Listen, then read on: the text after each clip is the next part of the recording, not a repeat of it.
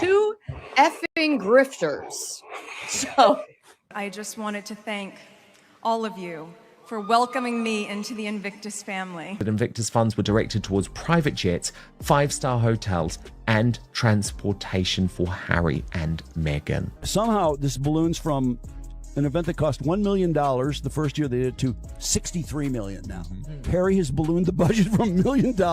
It cost $1 million to do it with 400 people. It's now $63 million with an extra 140 people. What the Two absolute hustlers playing the game to the fullest. Seriously, my jaw just dropped when I saw what was going down. Prince Harry, it seemed, had finally left behind his old buddy Scott Snow and showed up to the 2023 Invictus Games in Dusseldorf ready to compete. But there was a twist. Harry was injured. Picture this. He was rolling around in a wheelchair that didn't even have restraint straps. Basically, the equipment was flawed, unsafe even. Just thinking about it makes me frustrated. How does something like this slip through the cracks? It felt like a sign of deeper problems behind the scenes, and it gets even wilder. They weren't treated like VIPs who had all expenses covered. Nope, Harry and the other competitors had to pay for their own housing at the games. They had to cover their equipment costs too. Yet, despite all that, Harry and Meghan turned the whole thing into a luxury getaway. They soaked up the admiration with people giving them thunderous applause, crowds gathering to cheer their names. But people are a little upset about where the money is going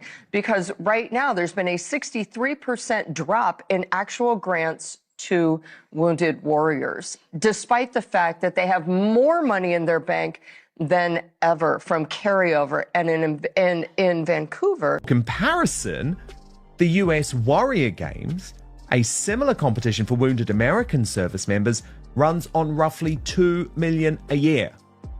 Germany's Invictus-style competition costs about $200,000 and involves half as many participants.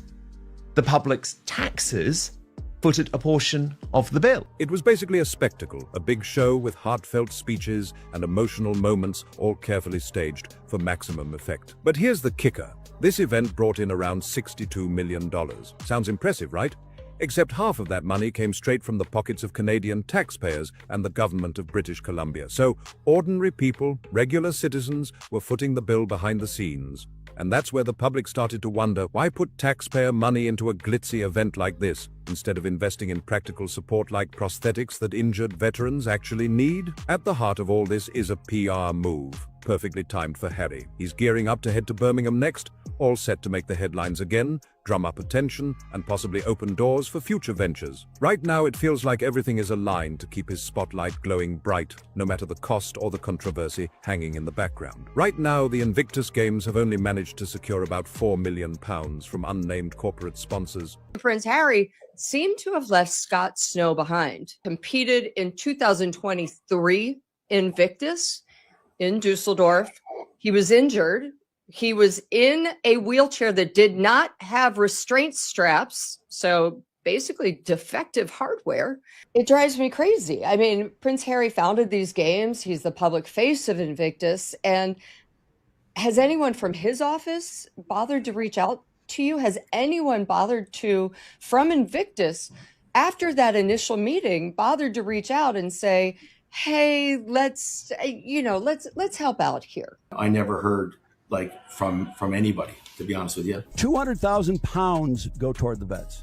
200,000 pounds out of 63 million. For the big 2027 event. And here's the kicker. This is just a fraction of what's needed. To keep things running smoothly and meet the government's contribution, the organizers are eyeing at least 25 million more pounds in funding. It's a huge gap to fill, especially given that the government has already committed 29 million pounds. The event has always been presented as a genuine charity effort, something truly dedicated to supporting wounded veterans through sport. But as whispers and headlines circulate, many are starting to question if the Invictus Games is really the charity it's made out to be. On the surface, funding programs that focus on broader veteran well-being sound like a smart, compassionate approach. The new agency in charge even promises to preserve ongoing support services for veterans by securing another 3 years of funding. Their goal? To invest wisely in transitioning veterans back into civilian life while maintaining the consistency those communities need. That sounds positive, right?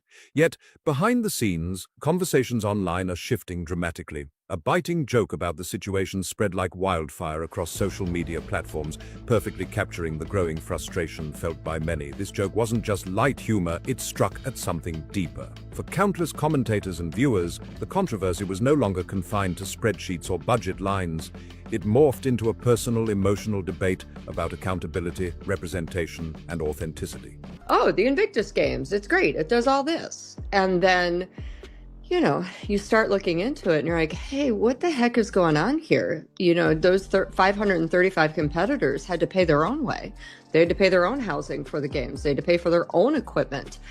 And Harry and Meghan got a really nice vacation out of it with lots of adorational speeches and clapping and crowds gathered for them. They brought in, it was around 62 million. Not bad. 50% of that was from the government of Canada and BC, meaning that was taxpayers. And when you're dealing with taxpayer monies, people are kind of like, hey, why are we not buying prosthetics? Right. Suddenly, the Invictus Games were about much more than just sport or rehabilitation. They seemed tangled in a web of politics, image, and influence. A recurring theme in many discussions surrounds the Sussexes, especially Meghan Markle. Critics argue that rather than focusing attention on the athletes and their inspiring stories, Meghan frequently ends up overshadowing the entire event. This debate has stirred intense dialogue, with some feeling that the spotlight shifts away from those the games are truly meant to honor. The conversation has become a cultural flashpoint, reflecting broader tensions about celebrity, charity, and the narratives we choose to believe. Online commentators and social media voices frequently highlight a striking pattern whenever Meghan makes an appearance at or near Invictus-related events. Instead of the spotlight staying firmly on the courageous veterans and the true spirit of the games, the conversation quickly veers off course. Suddenly, headlines and posts focus on Meghan's choice of outfits, her mannerisms. Said that the $4 million in sponsorships, that the sponsors, the corporate donors, aren't named. So I'm wondering, because people will rag on the corporate sponsors? Do they have people giving them money who say, don't use my name? Is that possible?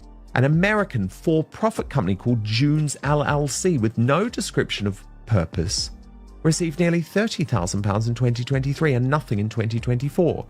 And the same filing contains two different company registration numbers, one on the cover page, another on the balance sheet. And her interactions with other attendees. This shift isn't just a coincidence. Many observers note how it unfolds almost like clockwork during especially high-profile moments. As social media buzz surges, it rarely centers on the athletes' incredible achievements or the powerful outcomes of the competitions. Instead, it's Meghan's presence that often steals the thunder. Her body language, her smile, even fleeting exchanges with dignitaries become the hot topic of the hour. The Invictus Games were created to celebrate and honor wounded veterans, to provide a platform that uplifts their courage and showcases their resilience. Yet, time and again, the event finds itself battling for attention as sensational royal headlines eclipse its noble purpose.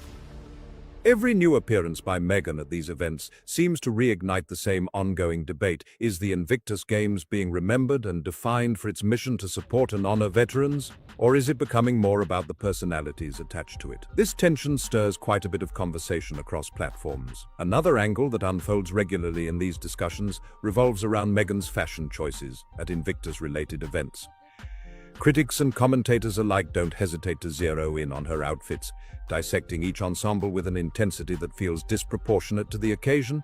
It's almost as if her clothing becomes more newsworthy than the stories of bravery and recovery that the games are meant to highlight. This recurring focus on style over substance continues to fuel debates about the true narrative surrounding Invictus. This is basically a PR play for Harry, because he's about to go to Birmingham right now, drum up some business, because right now he only has 4 million in unnamed corporate sponsors for the 2027 games, and he needs a lot more. He needs about at least 25 million more to match the government's 29 million pounds. Don't you give him credit for the Invictus Games? The royal family started it with money William got from a lawsuit that William won. He donated money to start the Invictus Games. That's what people said in the comments. I don't know. Don't get mad at me if I'm wrong about that.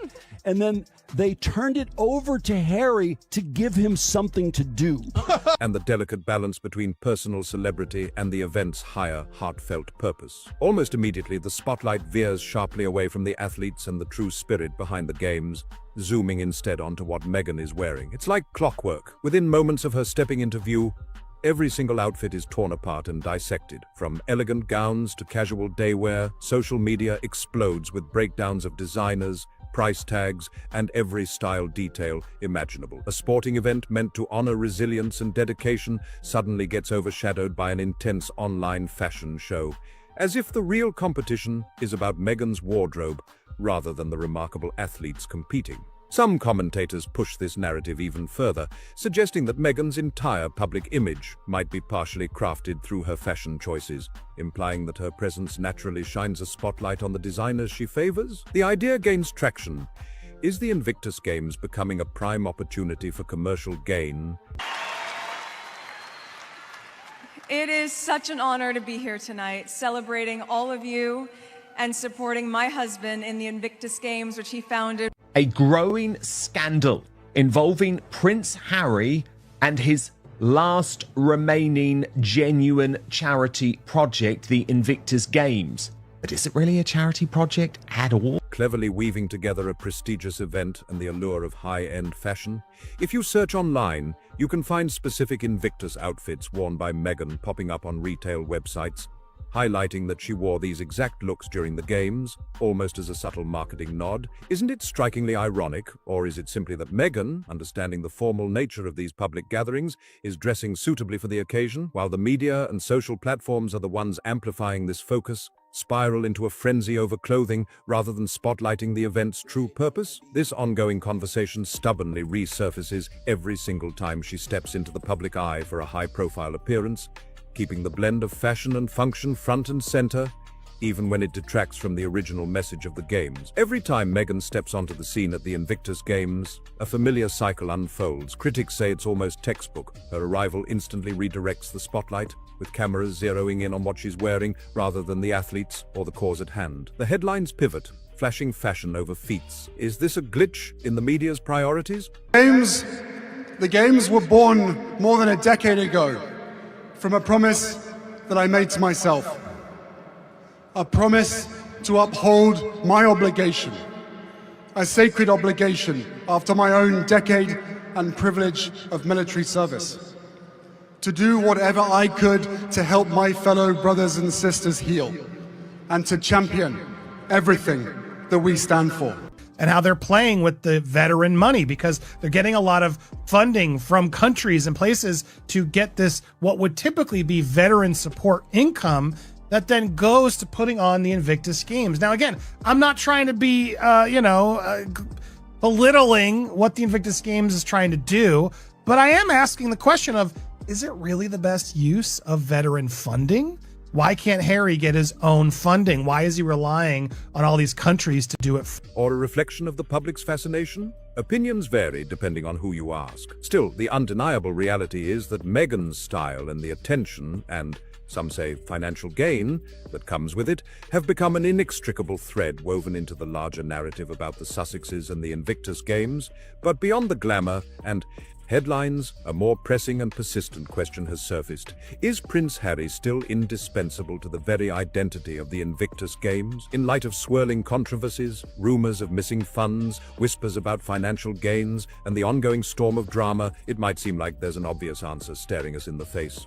Yet, the truth deserves a closer, more nuanced examination. When the Invictus Games first began, nearly everyone agreed on one thing: Harry was the undeniable spark that ignited the entire project. His global fame, royal ties, and most importantly, his genuine personal bonds with wounded veterans gave the event a powerful and authentic voice. This combination not only attracted worldwide attention, and how they're playing with the veteran money because they're getting a lot of funding from countries and places to get this, what would typically be veteran support income that then goes to putting on the Invictus Games. Now, again, I'm not trying to be, belittling what the Invictus Games is trying to do, but I am asking the question of, is it really the best use of veteran funding? Why can't Harry get his own funding? Why is he relying on all these countries to do it? So we know he is going to Birmingham this summer to prep for the games next year. And one of the reasons he's going is because he needs money. He needs sponsors. There's only 11 sponsors lined up so far. and they are all unnamed. Now, if you look at Vancouver, there were 44 sponsors, including Boeing. But also inspired remarkable support and goodwill that only someone with his unique background and passion could command. It's easy to forget just how pivotal his role was in those early days, the force that made the Invictus Games more than just another sporting event, but a beacon of hope and healing for injured service members around the globe. Before these financial discussions even came to light, no one had fully grasped just how complex the business behind the Invictus Games had become. As the event transformed from a heartfelt initiative into a sprawling international spectacle, some observers began to question whether the original founder, Prince Harry himself, still held the reins he once did, with the Games expanding to involve governments, major corporate sponsors, and influential global committees. Many now see Invictus as a powerful, fully fledged brand that operates smoothly without depending on any one individual. To these critics, Harry's role has shifted from being the driving force behind the scenes to more of a symbolic figurehead. His presence is undeniably valuable for raising awareness and maintaining the game's public profile. 3, 2, 1, go! Here we go! Keep your feet up! Feet up! Feet up! Feet up! So, and then they have these quotes from Harry. Time magazine does, Invictus gives them their identity back. What? What? And then he says it saves lives. Well, she's big on saying that. I mean, look at all the lives Meghan saved by buying jeans. Oh, God. But they argue it's no longer crucial for the event's everyday management or even its future success. But this raises an intriguing question. Does Invictus even need that personal branding to thrive, or can the event's mission stand on its own? It's a topic that sparks lively debate and genuine emotion among fans and followers alike. Supporters of Harry firmly reject the idea that his role has diminished. They believe he is still the heart and soul of the Invictus Games, the emotional anchor who connects deeply with the veterans the event honors. For them, Harry is far more than just a face. He personifies the spirit and resilience of the athletes and serves as the unwavering public figure whose passion continuously fuels the game's impact around the world. What's your take? Is Harry's involvement vital for Invictus, or has the event grown beyond the need for its founder's spotlight? Let me know your thoughts down in the comments. You know, my jaw dropped this week when Time magazine announced that Prince Harry was one of its Time 100 most influential leaders in sport, which I thought was hilarious. They are so aware of how the cameras are on them at virtually every moment. They can only play the game for so long, especially Harry. But we also saw those moments when Meghan was literally yelling at him when there was the possibility of the cameras being on. So you can only imagine what it's like when they are in private. The Invictus Games owe much of their identity and purpose to one key figure. Many believe that without his guiding presence, the event would lose a significant part of the passion and original mission that set it apart in the first place. His vision gave the Games their heartbeat, an energy that inspired countless injured veterans and captured the world's attention. Yet, despite this reverence, skeptics continue to wrestle with a difficult question. At what moment does the founder begin to step back, becoming less central to the very project they brought to life? Is Invictus approaching that tipping point now, or does it still rely on his involvement to keep its essence alive? Meanwhile, another ongoing discussion shadows the Invictus Games. Some ask whether the event remains strictly focused on the veterans and their incredible resilience, or if it's gradually transforming into a grand stage for wider publicity. In recent years, the spotlight shining on Invictus has undeniably grown brighter and broader. High-profile celebrities have graced the event. Tom Bauer pointed out in his book during an absurd wheelchair basketball game, one team didn't even need wheelchairs, while the other team did. It was America versus Nigeria. Nigeria needed the wheelchairs, and after the game, the Americans all stood up, got out of their wheelchairs, and walked off. It's absurd. But also, there was no one in attendance. I am truly so grateful to be a part of this with each and every one of you. I've witnessed the most amazing support networks that surround competitors, and I've had the privilege. Media coverage has intensified, and figures like Prince Harry and Meghan Markle have attracted attention that sometimes overshadows the athletes themselves. Viral moments from the Games have moved well beyond the sports world, turning stories of courage into headline news worldwide. Critics argue that this shift has turned Invictus into something larger than competition, a global media phenomenon where storytelling, branding, and visibility have become as central as the athletes' performances. This evolution has sparked passionate debate about the game's true focus, leaving many wondering if the heart of Invictus remains firmly rooted in the veterans it was created to honor. The role of media exposure has become almost inseparable from the core mission of the Invictus Games. Even the most devoted supporters acknowledge that this event operates within an intensely media-driven world. Every moment, from the athletes' triumphant appearances to candid photos and heartfelt interactions, can quickly be amplified. She was absolutely loving all of the attention, but the problem is no one wanted her there. Yeah, no one wanted her there. Reports were coming out even before the games that they did not want her there because usually the attention is taken away from, the veteran. And out of these Invictus Games because she's turned them into a laughingstock internationally. A lot of people did not want her to be there. Woven into a much larger story told far beyond the event itself. This constant spotlight raises a compelling and sometimes uncomfortable question. Is the Invictus Games still firmly grounded in its original purpose, or is it increasingly being defined by its public visibility and the stories that the media choose to highlight? As the countdown to the next Invictus Games begins, this debate inevitably resurfaces, sparking fresh conversations and sometimes renewed tensions. With each new edition inching closer, familiar concerns resurface, questions about how the games are funded, how visible they should be, how the public perceives them, and ultimately what they have evolved into within this global spotlight. The growing scale and media attention have sparked online discussions that have even brought back some older controversies. One such example is a petition demanding changes in leadership, a movement that has been circulating quietly but persistently for quite some time. This petition has stirred significant debate, splitting opinions and eliciting passionate responses from both supporters and critics alike. Some people have questioned whether this petition had any tangible impact at all. Meghan is there to soak up the limelight. There was a lot of tension from what I heard behind the scenes that it would have been best had Harry just kept her at home. And, Meghan's going to do what she's going to do. She used it for her moment, for her new social media comeback. And that's what it is about for her. And people can see through that. They've made less money than they claim. And this is propaganda from the relentless and ruthless Sussex. Wondering if it was merely a symbolic gesture amid a much larger and more complex issue. Yet, others believe it reflects a deeper, ongoing frustration, an undercurrent of discontent that refuses to fade, hinting that there are still unresolved questions about how the games are run and what they really stand for today.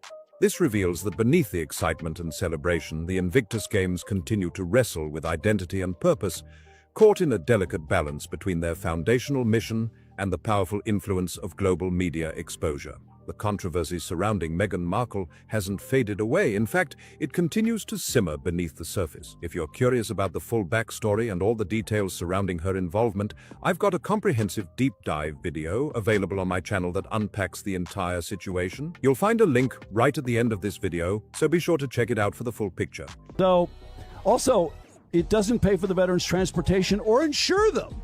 I mean, what is this paying for? The insurance thing is insane. It is. Insurance. Lots of private jets, lots of camera crews, lots of security, a documentary, beautiful fashion, of course, from Meghan, 5-star hotels they stay in. I wonder, somebody is doing it. There's an audit being done on the $63 million right now. I think this is going to turn out very, very badly. Meghan Markle has been forced to leave the Invictus Games, axed by Prince Harry after another PR disaster. Prince Harry's Invictus Game, you follow the royal family very, very closely. What's the latest there? He's having a lot of issues. So I did write a piece this week. It was an exclusive about how there are funding issues. But now, with the next Invictus Games drawing ever closer, a very familiar and complex question is popping back up. Should Meghan Markle even attend the event? This dilemma is sparking fresh debates across the board. On one side, her supporters stress that her attendance makes absolute sense. After all, she's part of the royal family's public front, alongside Prince Harry, and she's been a vocal and visible advocate for veterans and the inspiring mission of the Games themselves. To them, her presence is not just expected, but embraced. It's seen as a symbol of the event's evolving and modern identity. On the flip side, critics are raising concerns about what her involvement might bring. Every time Meghan steps into the spotlight at these events, they argue, the media attention shifts. And the performance, PD, on the moments when they know they're in the spotlight, the performance is so over the top. I don't think a lot of veterans actually are devastated. The reality is, if you go deeper into Invictus, a lot of veterans are actually more upset, asking where all the money actually goes to. $63 million Invictus Games spend into the mainstream media. And not always in a way that serves the core purpose of the Games. There's worry that her participation draws extra layers of journalism and public scrutiny that can distract from the athletes' hard work, sacrifices, and the true spirit of the competition. This perennial debate revolves around a fundamental tension, the noble mission of the Invictus Games to honor courage, resilience, and healing through sport versus the intense media spotlight that seems to follow Meghan and Harry wherever they go. At this point,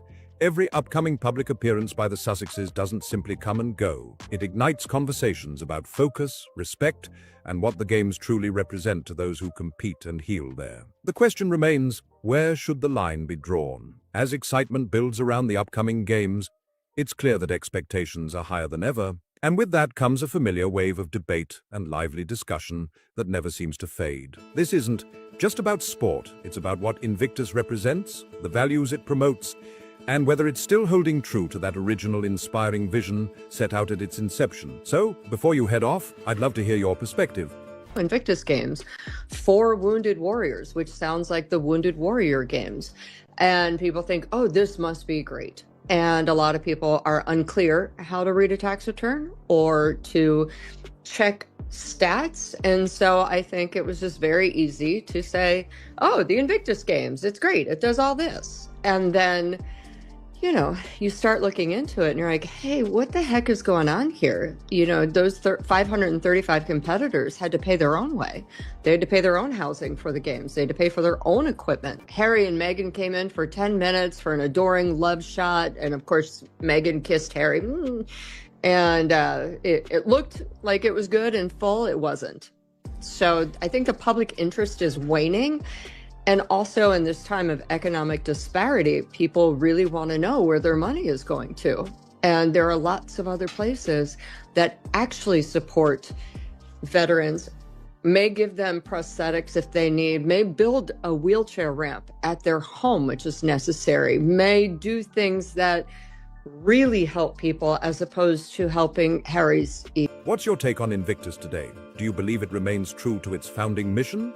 Or has the conversation surrounding it evolved so much that it's taken on a whole new meaning? Your thoughts really matter, so don't hesitate. Drop your opinions in the comments below. And hey, if there's something specific you want me to explore next, whether it's a burning question, a juicy royal storyline, or a fresh angle on the Sussexes, just share your ideas down there too. I'm always on the lookout for new topics that spark your curiosity. Be sure to hit that subscribe button here on Crown Clash, because I'm bringing you fresh videos every single day, diving deep into the very latest on Sussex stories and beyond. And don't miss the videos popping up on your screen right now. One unpacks the intriguing claims about Meghan's spotlight potentially outshining Harry, and the other takes a closer look at the petition and the ongoing conversation around the Invictus Games. Both are already live and ready for you to watch, so make sure you don't skip out. Thanks so much for tuning in and being part of this incredible journey. I can't wait to catch you in the next video.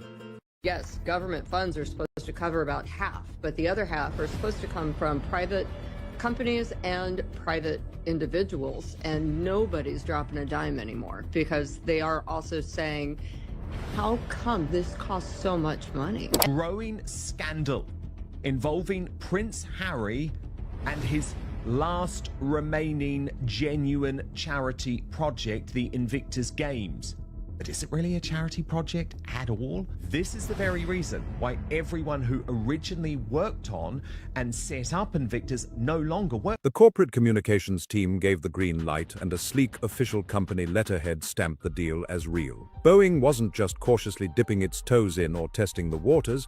They used the phrase long-term partnership to describe their alliance with the Invictus Games. Now, when a major defense and aerospace giant like Boeing pulls out language that strong, it's no casual promise tossed around lightly. Their legal department is notoriously strict, and the phrase long-term gets locked in only when the company is fully committed. So, when we first heard that phrase, many assumed this partnership was here for the long haul, but then everything took an unexpected turn. Fast forward to May 2026. Boeing dropped a bombshell. They officially announced they would not be sponsoring the upcoming Invictus Games in Birmingham. That long-term partnership, it boiled down to one single addition, just one. That's what Boeing's version of long-term looked like in practice. Pretty shocking, right? Now, I know what you're probably thinking. This story revolves around Prince Harry. The Invictus Games has suffered its greatest blow yet, and that is the decision by Australia to remove all funding from their team. After all, his name has become almost synonymous with the Invictus Games, and every video, article, and headline seems to have his face plastered front and center. He's the public face who's taken the heat for what some call the $63 million Invictus scandal. But let me tell you, it's not just about Harry. Here's what no one seems to be asking. When the Invictus Games were held in Vancouver, Boeing wasn't alone. They were a co-presenting sponsor alongside ATCO, and together they represented the backbone of a massive network of over 44 corporate partners. Fast forward to Birmingham, and guess what? Only 11 sponsors showed up, and none of their names were publicized. These 11 companies pulled together around £4 million, trying to cover an event predicted to cost a whopping £45 million. That's not just a funding gap.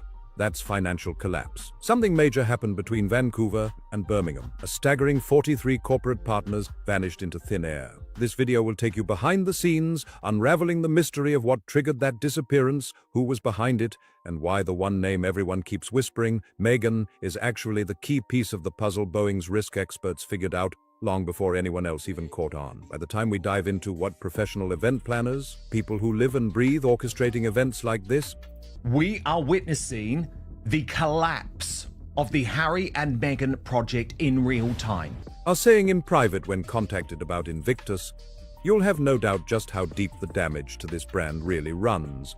Because this isn't just about sponsors pulling out funds. It's about an unraveling reputation nobody saw coming. They're not merely pulling their sponsorship, they're walking away from the paychecks entirely. So why now? Why this exact week? The answer lies in Tom Bauer's latest bombshell, his second book focused on them. If the first book laid down the opening argument, painting the scene, this new one delivers the undeniable proof, solid, unshakable evidence. That's the game changer. Bauer isn't about opinions or conjecture, he's about facts. His reputation is practically legendary. Powerful figures have tried and failed to silence him for decades. Take Robert Maxwell, for example, who went as far as buying up the publishing rights just to block the paperback edition. Mohammed Al-Fayed dismissed Bauer's work for years, only to have a BBC documentary later confirm every troubling detail. And that's just the beginning. Think Tony Blair, Boris Johnson, Jeremy Corbyn, Conrad Black, Richard Branson, Bernie Ecclestone, Simon Cowell. These are some of the heavy hitters Bauer has written about across 24 bestsellers. Their instinct? Attack him relentlessly. But the ultimate winner? The truth, which repeatedly validates Bauer's investigations every single time. Palace officials feel that Harry and Meghan are toxic and they would ruin the special. It's a pattern written in history, and the Sussexes know this all too well. So when this betrayal landed, it ignited a rare reaction from a couple who typically hold their silence as their shield. They answered. Fast. Their spokesperson didn't wait. Within hours, they sent out a statement calling the allegations nothing short of deranged conspiracy and melodrama, a sharp, blistering rebuke, delivered unsolicited and swift. Now, I know what you might be thinking. Of course, they're defending themselves. Sure. But here's a crucial detail. Over the years, they've faced hundreds of negative headlines without ever breaking their silence. This story, it sparked an immediate response. That's the real clue to what's biting deep. When claims hit near the mark, they defend fiercely. When they miss the target, crickets. No answers, no reactions. The ones that earned this fierce pushback, That's where the truth starts to cut close, and you can connect the dots yourself, but it doesn't stop at embarrassment. This isn't just a messy PR nightmare, it's a full-blown crisis hitting multiple fronts. It's contractual, it's financial, it's reputational, and it's unfolding right before our eyes. In dry government funding reports, in corporate sponsorship announcements, and behind the scenes in private conversations where event organizers, with their careers on the line, are quietly deciding that associating with Invictus just isn't worth the risk anymore. This situation, it's proving to be a seismic shakeup with real consequences, and the ripple effects have only just begun. Now, let's dive into what really shaped this entire story, the undeniable verdict from the marketplace itself. When Meghan came along into the scene, I just thought, this is fascinating. How is this going to play out? To tell the truth, I spoke to very few friends of Meghan because she put a fatwa on anyone talking to me who she could. So I sent off dozens and dozens of emails to her friends, and most of them didn't even reply. Boeing just crisply spelled it out for the world. And to fully grasp the weight of their decision, we need to peel back the layers through 5 crucial pieces of evidence, each unfolding the narrative step by step. Why 5? Because the timeline isn't just a series of events, it's the pulse of the entire saga. Starting with Exhibit 1. What did long-term really mean? Flash forward to 2023, Boeing, a giant in defense and aerospace, an industry wholly intertwined with military contracts across NATO nations, announced something that raised eyebrows. They declared a long-term partnership with the Invictus Games Foundation, stepping in as a co-presenting sponsor for the upcoming games in Vancouver. This wasn't a casual one-time sponsorship or a soft trial run. No, the phrase long-term had legal weight. Their legal experts gave those words the green light. Consider this: Boeing's entire identity and reputation hinge on their military connections. Supporting an athletic event honoring wounded service members wasn't seen as charity. It was a calculated business move, a form of brand building and relationship nurturing. After all, when you're pitching top-tier military aircraft to governments, demonstrating unwavering commitment to veteran causes isn't just commendable, it's strategic gold. So when Boeing publicly promised a long-lasting alliance, they meant it. A message echoing through every corner of their corporate machine. But then something shifted. Suddenly, as they cast their gaze toward the next host city, Birmingham, they pulled back entirely, without explanations, without announcements, just a silent withdrawal. A company deeply embedded with military contracts in the UK. The public's taxes footed a portion of the bill. According to tax returns on file, the public picked up half the tab for Vancouver, with the Canadian federal government contributing $15 million through the Veterans Affairs Canada, and the province of British Columbia contributing another $15 million through its Ministry of Tourism, Arts and Sport. The remaining funds came from approximately 40 corporate partners and about $2.6 million in individual donations. Crucially, that public money didn't flow directly to the games. One that had pledged unwavering support to a veteran-focused foundation suddenly turned away without a hint of why, just a firm, quiet no. Look closer at the numbers. Vancouver boasted 44 corporate partners backing the games. Birmingham, just 11. This isn't a coincidence. It's a clear sign that something broke in the relationship, something that made supporting the event a liability rather than an asset in corporate boardrooms spanning multiple countries. The cost-benefit analysis had shifted so decisively that walking away was the logical choice for these brands. But this fallout didn't erupt out of nowhere. It traces back to a specific turning point, a moment that left an indelible mark on the Invictus brand's reputation. And that moment, it's impossible to discuss without mentioning Meghan. Her name is inseparably linked to the brand's shift in fortune, which leads us to Exhibit 2, an Instagram post and a private plane. Here's where the story really thickens. Tom Bower's book, seen by many as a betrayal in the Sussex camp, contains a passage that Meghan and Harry openly responded to, a clear sign that it hit a nerve deep within their circle. This wasn't just a casual mention or a minor misstep. It was the spark that ignited a wider brand crisis. What was in that post? What did they say, and why did it resonate so strongly? All these questions funnel into this pivotal moment, the second exhibit in the story of how the Invictus Games' promising partnership began to unravel under the weight of shifting public perceptions. Here's how Bower unpacks Meghan's approach to the Vancouver Invictus Games, a global stage where injured service members come to compete, heal, and inspire. No other way to spin it, is there? She and Harry have been a massive disappointment for Netflix. According to Bower's detailed reporting, which has been picked up by multiple outlets from the book Serialization in the Times, Meghan wasn't just attending, she wanted to shine. She needed that worldwide spotlight, that genuine admiration, the vibrant cheers from fans around the world. This wasn't simply about supporting a meaningful event.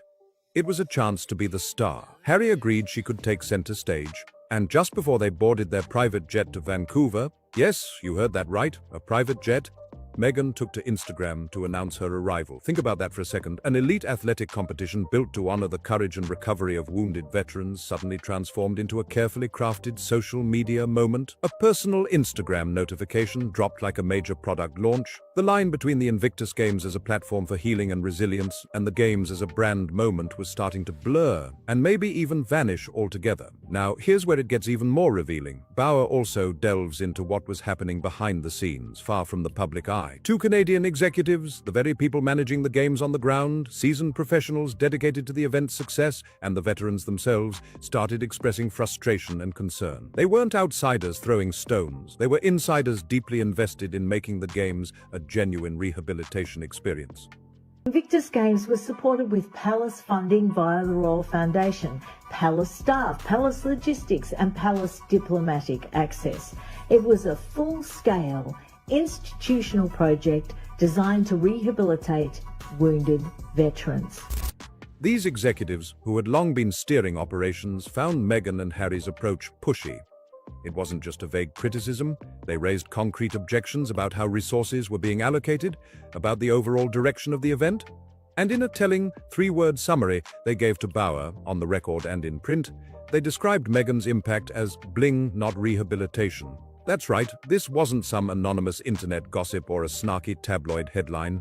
It was a sober, professional evaluation from those responsible for delivering a genuine and meaningful experience to the veterans themselves. The concern was not born from resentment or backlash. It came from watching in real time as the event's sacred purpose was being reshaped into something far less focused on recovery and far more about spectacle. But the story doesn't end there. Bauer also reveals that Dominic Reed, who at the time was the head of the Invictus Foundation, raised eyebrows over the growing spotlight on the Sussexes. Dominic wasn't some armchair critic.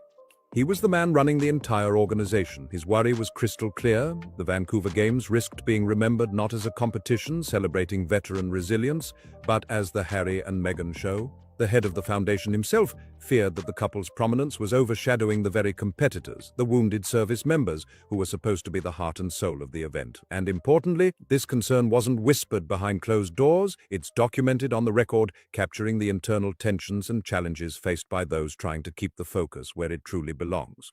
Now, this is clearly reflected in the 43 sponsors who were present in Vancouver but completely absent in Birmingham. The royal biographer, this is Jack Royston Special, he wrote this, who famously called her a brave and hussy, 10 of the Invictus Games, with one account saying, "Somebody call the police."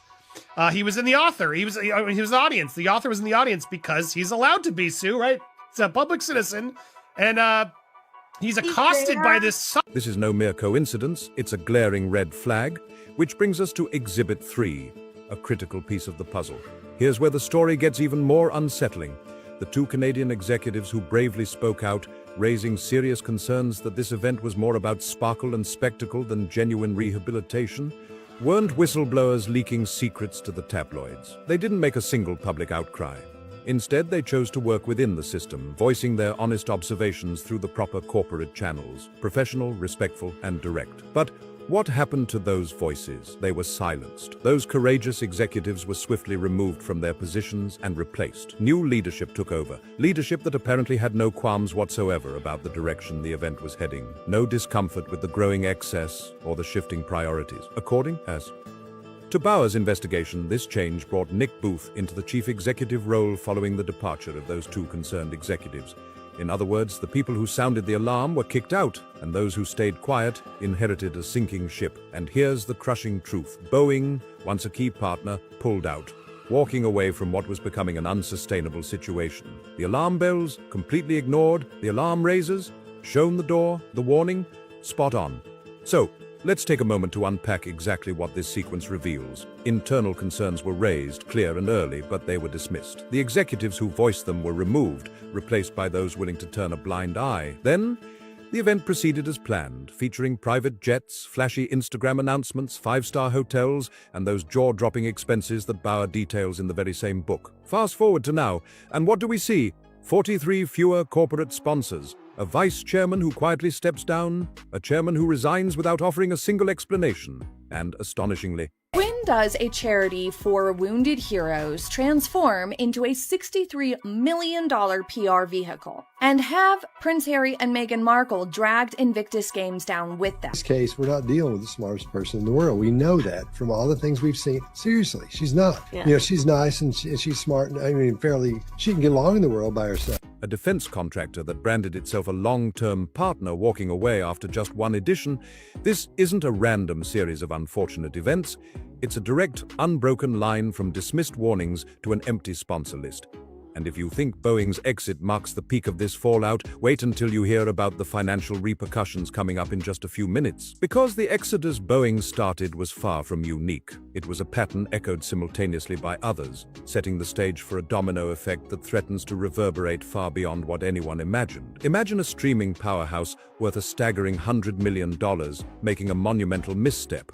One so telling it was described using the exact phrase, truckloads of unsold product being handed out to employees, because quite simply, there was nowhere left to sell it. This is Exhibit 4 in the curious saga of a high-profile Netflix partnership gone awry. Rewind to August 2025. Netflix announced an ambitious expansion of its deal with the Sussexes, but it wasn't just about producing shows anymore. This time they pulled Meghan Markle's lifestyle brand, as ever, right into the heart of the deal. It was a grand vision, a broader product lineup, bigger Netflix support, deep integration, essentially an all-in extended creative collaboration. They were betting big, packaging it as a powerful joint venture destined to shake up streaming and lifestyle markets alike. Yet, fast forward only 7 months, and the dream unraveled. By March 2026, Netflix had officially pulled out as an investor and cut ties with, as ever, 7 months. Such a short-lived commitment from a giant known for long-term bets. What happened in that brief whirlwind? And why did Netflix exit so abruptly? The official explanation came from inside Netflix and was reported in Us Weekly,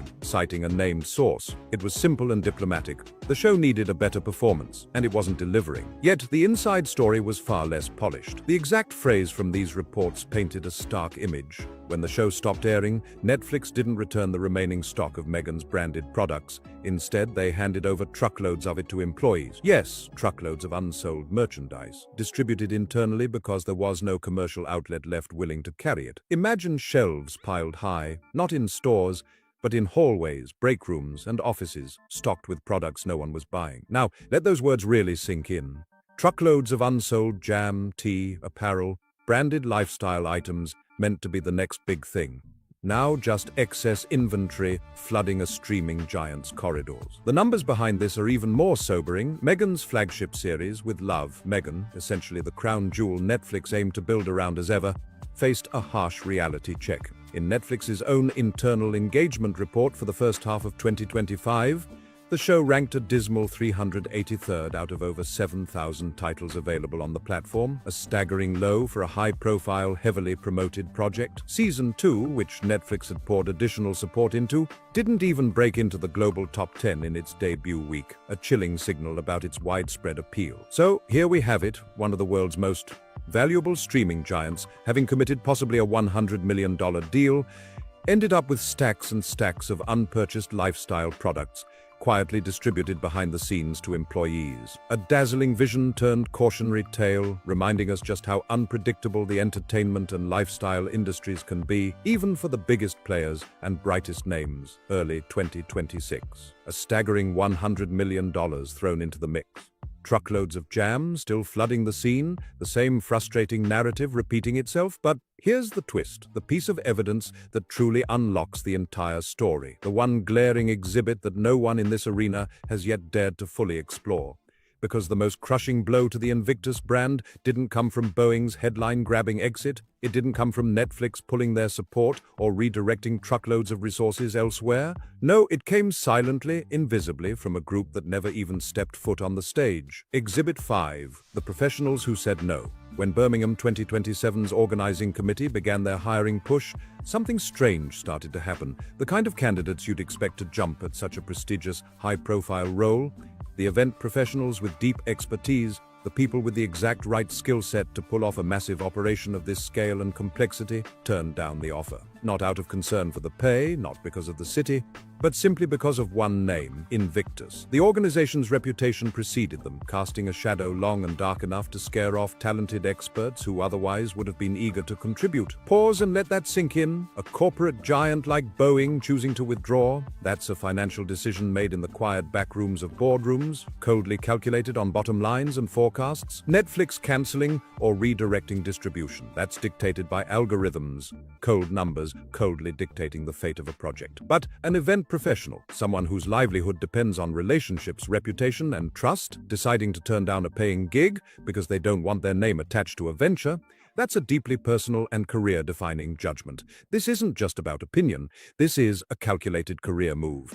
These professionals review their resumes, weigh what each opportunity means for their future, and decide that working with Invictus is a professional risk too great to take, a liability on their own hard-earned reputations. These aren't gossiping critics or distant commentators spouting off uninvolved opinions. These are the real builders, the seasoned insiders who know how to craft spectacles and manage productions at this scale. And they collectively said, no thanks. This is a career dead end in the making. It's an association so damaging it can't be fixed with a flashy press release or a new marketing push. It's not a problem solved by political spin or government intervention. What this represents is the quiet, unanimous, unspoken verdict of an entire industry passing judgment. Invictus no longer has just a perception problem. It has a tangible, real-world professional stigma, a collective, private ruling issued by those who know the stakes best. And when the builders refuse to build, that's a signal louder than any headline about money or distribution deals. It's an unmistakable sign the brand is in serious trouble. Reflecting on what this organization has become speaks volumes. And what's striking is that this judgment landed softly, quiet, professional, without fanfare or grand announcements.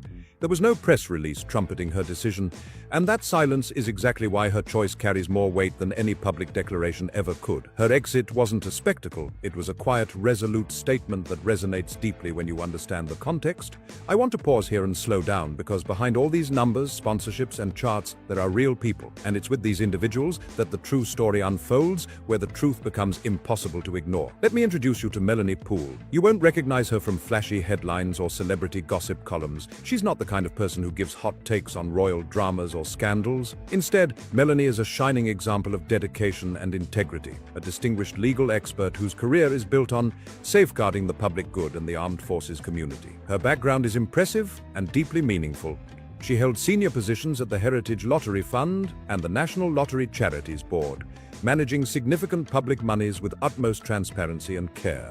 In 2015, she was instrumental in setting up the Armed Forces Covenant Fund, the very legal foundation that binds institutions to support the military community. She was awarded an OBE in 2011 for her tireless contributions. Currently, Melanie chairs the Florence Nightingale Foundation, the nursing charity named after the pioneering nurse who transformed care for wounded warriors. She was also the vice chairman of the Board of Trustees for the Invictus Games Birmingham 2027, but then, without fanfare or publicity, she resigned. Quietly, no statements, no explanations, just a simple, firm decision made behind closed doors. Importantly, her resignation coincided with Boeing's public exit from the Games. Think about that. A woman who has spent her entire career protecting public funds, serving veterans, and promoting ethical governance, looked at what was unfolding with Invictus and made a private, profound decision. She could no longer be part of it. And here's the most powerful part. She said absolutely nothing publicly. No accusations, no critiques, just silence. That silence itself speaks volumes.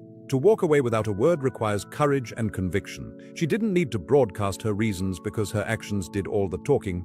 She concluded, in her quiet integrity, that her name and reputation could no longer coexist with the organization's current path. After stepping down, she returned to her role with the Florence Nightingale Foundation, a place that aligns perfectly with her commitment to care, honor, and accountability. That silence from a woman with 3 decades of experience in veterans affairs and institutional responsibility isn't just absence of words, it's a powerful statement in itself. One of the most heartbreaking moments in this entire saga is the quiet departure of a fiercely outspoken advocate for veterans' well-being. When someone with her experience and reputation steps back without a word, you know there's a deeply troubling story beneath the surface. People with her credentials don't just walk away lightly. There's always a reason, and though it may not be announced aloud, it echoes loudly through the gaps in silence. This unspoken withdrawal speaks volumes about the struggles within the organization. Then there are the two Canadian leaders, professionals who didn't stay quiet. They voiced their concerns clearly and responsibly, using the proper internal channels rather than running to the press. They expressed what many were thinking, that Meghan's involvement was turning into a distraction from the veterans' core mission. They argued that the entire event was losing its focus, drifting far from the genuine purpose it was originally designed to serve. Their voices were firm but respectful, highlighting that the charity was shifting from a focus on healing and rehabilitation towards something more akin to a celebrity's social media spectacle. Because they spoke up, these two men paid a steep price. They were removed from their positions, sidelined for simply pointing out the uncomfortable truth. Imagine dedicating yourself to a cause only to see it hijacked, and then being cast aside because you had the courage to speak out. Their warnings didn't disappear quietly. No, they were documented and became part of the official record. A cautionary tale visible to every corporate risk team in the industry. They were correct, but it cost them dearly. Now let's talk numbers. This is where the story sharpens, where the financial reality strikes with cold precision. When finance directors and legal teams examine Birmingham 2027, their eyes widen. The UK government pledged a massive £26 million toward the Games, money collected from public taxes, channeled through the Office for Veterans Affairs, aimed at supporting a city already on shaky ground. Birmingham had officially declared bankruptcy just months before, back in September 2023, revealing a staggering deficit of £87 million, plus a looming £760 million liability tied to equal pay disputes. The city itself had only just emerged from formal bankruptcy in February 2026, just 3 months before the public first heard about the funding troubles haunting Invictus. This was the host city, financially fragile, stepping up to organize a high-profile veterans sports event with a tentative budget estimated anywhere from £30 to £60 million. The midpoint that often gets cited is about £45 million, a figure far beyond the government's public commitment of £26 million, plus an additional £4 million from other sources. The numbers alone tell a story of tension and risk, a story of ambitious goals intersecting with harsh financial realities. The financial picture here is staggering. With 11 unnamed sponsors quietly stepping away, we're looking at a funding gap of at least £15 million that now hangs over this entire operation. But there's an even bigger story hiding beneath the surface, one that no one seems to be talking about yet: the legal risks and conditions tied to this government funding. See, when public money is involved, it's never just handed over freely. It's wrapped in layers of transparency rules, strict delivery milestones, and performance benchmarks that must be met before the next installment of funds is approved. These aren't mere formalities. They are hard checkpoints designed to guarantee accountability and results. But here's the catch. The team organizing the Birmingham event is struggling in a big way. Key positions remain unfilled, not because of lack of effort, but because experienced professionals are hesitant to join a project clouded by controversy and operational uncertainty. Without the right people in place, meeting those critical government deadlines and milestones could become an uphill battle, potentially opening the door to funding freezes or worse. Then there's the corporate angle, and it's just as revealing. Take Boeing, for example, a company that once made a bold public commitment to this event far into the future. Yet, abruptly and without explanation, they've pulled out before the next planned edition. Nobody has been given an official reason. So what triggered Boeing's risk management team between 2023 and 2026 that suddenly made this an untenable partnership? The answer lies in the numbers and reputational risks that are now public knowledge. Remember the budget forecasts, the Bauer allegations, the shocking figure of $118,000 spent per veteran athlete? Contrast that with the US Warrior Games' lean $2 million annual budget. Boeing's compliance and risk officers didn't just glance at these details, they ran rigorous due diligence. They weighed the potential damage to their name against any benefits from continued sponsorship. Ultimately, Boeing's decision was clear. Maintaining their association wasn't worth the fallout. They analyzed the facts, saw the risks clearly, and chose to exit. Now, replacing a sponsor of Boeing's scale is not simply a matter of finding another willing company. It borders on impossible without a deep, structural overhaul of the event itself. The reality is that giant corporations writing these large sponsorship checks almost always come from military-linked industries, defense contractors, aerospace giants, government-adjacent firms. These are the companies that thrive on the credibility and prestige that comes from supporting veteran athletics. But now, with Bauer's allegations circulating, with private jet expenses and five-star hotel stays exposed, and with Rachel Maxwell's widely circulated calculations showing these enormous costs per veteran, these companies are sitting in boardrooms running their own internal calculations, questioning if they can afford to put their names anywhere near this event. Any potential new sponsor stepping into Boeing's shoes would face intense scrutiny. They would need to publicly justify that staggering $118,000 cost per athlete to their shareholders and stakeholders. That number isn't a secret. It's out there, searchable, and unforgettable. It will continue to haunt this project unless fundamental changes are made to how it operates, budgets, and manages public trust. In the end, this is about more than just numbers or sponsorship deals. It's a pivotal moment that calls for transparency, accountability, and a commitment to rebuilding trust. Not just with sponsors, but with the veterans who deserve genuine support. The path forward demands courage and reform if this event and its mission are to survive and thrive. If you found this deep dive insightful, don't forget to hit that like button and subscribe for more stories that matter. Share this video to spread awareness and drop your thoughts in the comments below. Your voice helps spark change. Thanks for watching and stay tuned for what's next.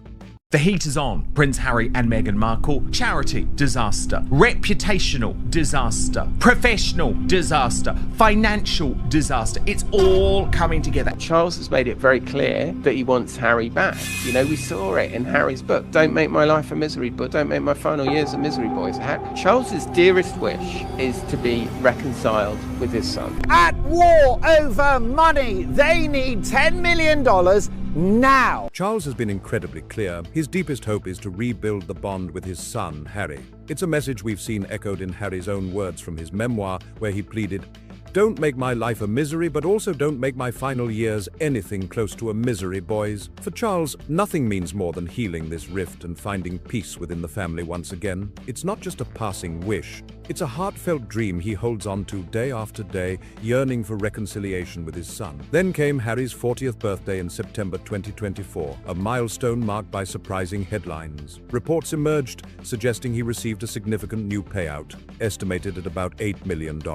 This windfall came from a trust set up years ago by the Queen Mother specifically for her great-grandchildren, a kind of financial safety net that suddenly came into play. So when Harry ventured into his California life, he wasn't just starting fresh. He was stepping forward with a remarkable financial cushion, one that many would envy. But here's the part that often gets overlooked in those flashy inheritance stories. Of course, there are constant bust-ups, I guess is the point that I'm making. And of course, there is tension over Harry's desire to spend time in the United Kingdom, but Meghan knows she needs to come back too. She's going to have to turn back on her word, and that is for financial reasons. They need $3 million just to survive each year, just to meet their minimum security needs. So I really think we can't frame this in any other way other than a pay for play, a desperate, grab for cash. And I think that just comes down to it, that they really need the bucks. Money, no matter how abundant it feels, can vanish faster than you'd imagine, especially when the bills keep stacking up relentlessly. Take the Montecito estate, for example, an extraordinary property that demands constant care and maintenance, costing a fortune just to keep it pristine. Then add the hefty security expenses, which have become Harry's responsibility since the British government decided to step back from footing those bills. When your annual outgoings pile up into the millions, even a treasure trove can start to feel the strain. Beyond the upkeep of homes and personal protection, there's the ongoing expense of a dedicated staff and the often unseen financial weight of legal battles. These aren't just rumors whispered in royal gossip circles. These numbers have been documented in public records. Court papers from Harry's lengthy legal fight with the Daily Mail's publisher reveal that each side had legal budgets nearing $4 million. Clear evidence of the high stakes and costly nature of these conflicts. It's a vivid reminder that the cost of living a life in the spotlight isn't just about glamour, it's a costly reality that even an inheritance can't always keep up with indefinitely. Reports reveal that a previous settlement involving the publisher of The Sun was more than £10 million, a staggering sum that is far from mere tabloid exaggeration. These figures don't come from rumors or gossip columns. They are official numbers that pass through courts and legal documents. making them undeniable facts. So, when Tom Bower suggests the Sussexes could be spending anywhere between $3 to $6 million a year just to keep up their current way of life, It's very interesting, which I was surprised by, and comes up early in the Betrayal book, is when a very, very famous member of the British establishment, really a household name, is asked by the Queen to explain to Meghan before the wedding what life will be like. And that person goes to visit her every 3 or 4 weeks in Kensington Palace, and after the third and fourth visit tells the Queen that Meghan has absolutely no intention of staying in Britain after the wedding, and there's a lot of trouble ahead. Of course, it was too late to do anything, but they saw it long before that glorious day in June, and I'm afraid that that is her problem. She is very calculating and very ruthless and very self-promoting, but she's taken on more in the end than she can chew. he's not spinning a wild tale. He's crunching real numbers, breaking down the calculations just like many families do when they sit around their kitchen table worrying about their budgets. The core question remains the same for anyone. How do you make sure the money coming in always outpaces the money going out? If you don't, trouble eventually follows. One of the biggest challenges when it comes to celebrity finances is the unpredictable timing of income. Unlike a regular paycheck arriving steadily every month, celebrity earnings typically come in bursts. Massive deals that bring in large sums all at once, followed by stretches where little or nothing arrives. This roller coaster income means the pressure is always there, waiting to build. Take, for example, the Netflix contract, which created a sense of financial stability during those early California days for the Sussexes. But even the most lucrative agreements don't last forever, and the certainty of a steady paycheck fades as the deal ends. At that point, the stress intensifies. With a lifestyle that costs millions every year, the margin for error is razor thin. The expectations to secure the next big venture are high, and the stakes have never been greater. As time goes on, it's not just a simple matter of hitting the pause button and scaling everything back overnight. Harry and Meghan want to destroy. They might want to be there, but they want to destroy. That's why they're going ahead. That's why they're putting on smiley faces. That's why they're doing all sorts of things. But I don't believe in what they want to do at all. I think they're crooks and nasty people to try and win. No one would ever believe it. No one would ever believe it. The bills don't stop coming. The rent, the staff, the daily operations, all of it keeps ticking along, like a relentless clock that someone has to keep winding. And here is where the stories of money and marriage twist together in a way that deepens the complexity of the situation. Many commentators and insiders have pointed out a curious reality. Britain doesn't necessarily seem like the natural home for Meghan's biggest business ambitions to take flight. If you believe that perspective, it leads us into a really tricky crossroads. The life and future Prince Harry envisions, rooted perhaps in tradition, family, and different values, is very possibly on the other side of the ocean from where Meghan's commercial dreams might flourish best. That geographic divide isn't just a minor detail. It's a slice of tension that will only grow more significant as this saga unfolds further. Tom Bower, a well-respected analyst, has described their situation as an unfortunate crossroads, a phrase that sparked a lot of discussion lately. But Bower's take isn't vague or general. It digs deep into the heart of the conflict. He highlights the fact that Harry is still officially a royal and sits fifth in line to the British throne, standing at a unique intersection between family legacy and individual ambition. According to Bower, Harry's identity and sense of purpose were never meant to revolve around chasing financial gain.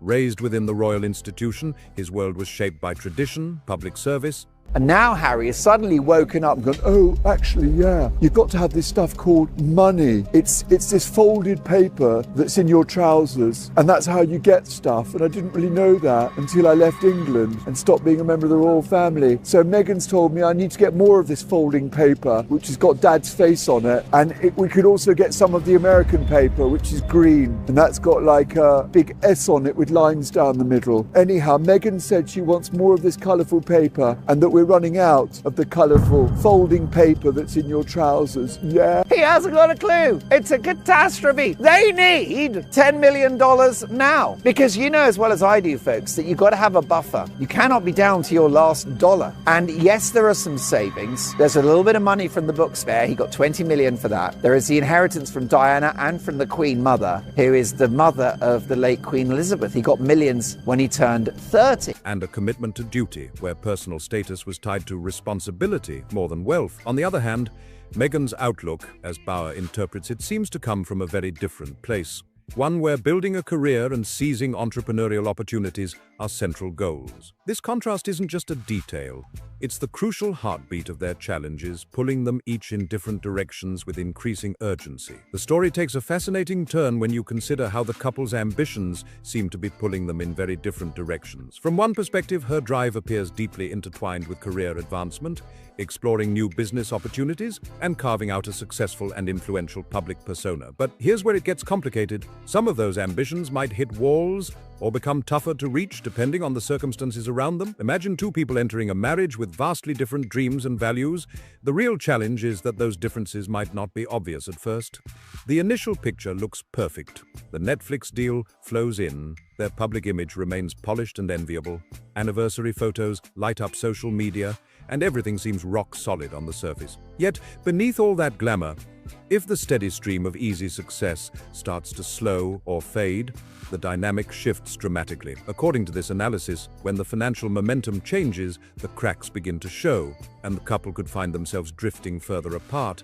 Harry keeps arguing that they need taxpayer-funded security, and you're sitting back looking at Meghan dripping in gold, posting pictures of her closet, posting pictures of her children, saying, are you not increasing the odds of somebody targeting you by putting your wealth and your children and your home on full display? And that's what happens if you marry a guy who's not that bright and who has no discernible talent and whose only value are two things: inherited cash, which he didn't earn, and selling the family secrets. Well, both of those sources of income look like a busted flush, and the cost of their lives is extraordinary. You're looking at $3-4 million a year, easy. $3-4 million, potentially $5 million. The mortgage alone on their Montecito mansion is $500,000, and don't forget the interest rates are going up. So if they have to negotiate again, if they have to do a new deal, good luck. Pulled by contrasting desires. On one side, Harry is drawn toward reclaiming a sense of identity tied to his British roots,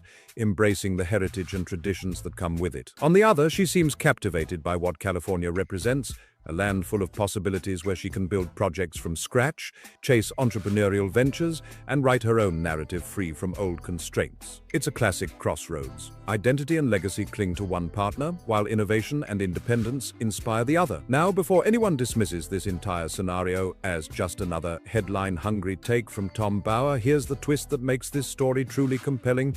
The spotlight isn't solely on Bauer's claims because he's some lone voice spewing speculation. Instead, he's one among several respected voices and analysts who independently point toward these same underlying currents. It's this collective perspective that keeps the conversation alive and makes people sit up and listen, adding layers of credibility to what might otherwise be dismissed as gossip.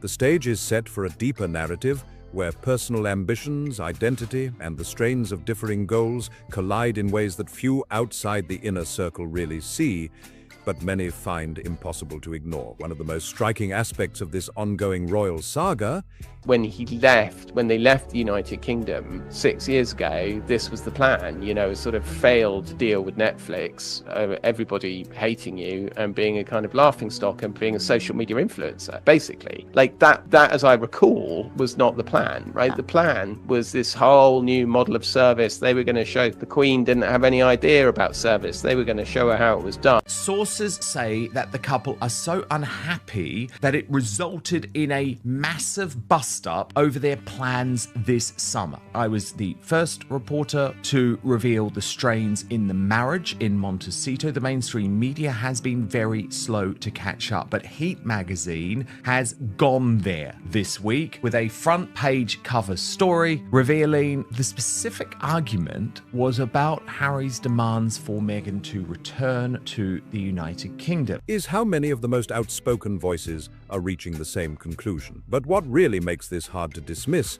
is that these aren't just casual opinions from a handful of commentators. Instead, a wide range of seasoned royal watchers, each with their own unique perspective and years of close observation, have arrived at very similar conclusions, and some of them were sounding the alarm long before this discussion even entered the public consciousness. That's the detail that deserves your full attention. It's not simply about someone making a bold prediction after the fact.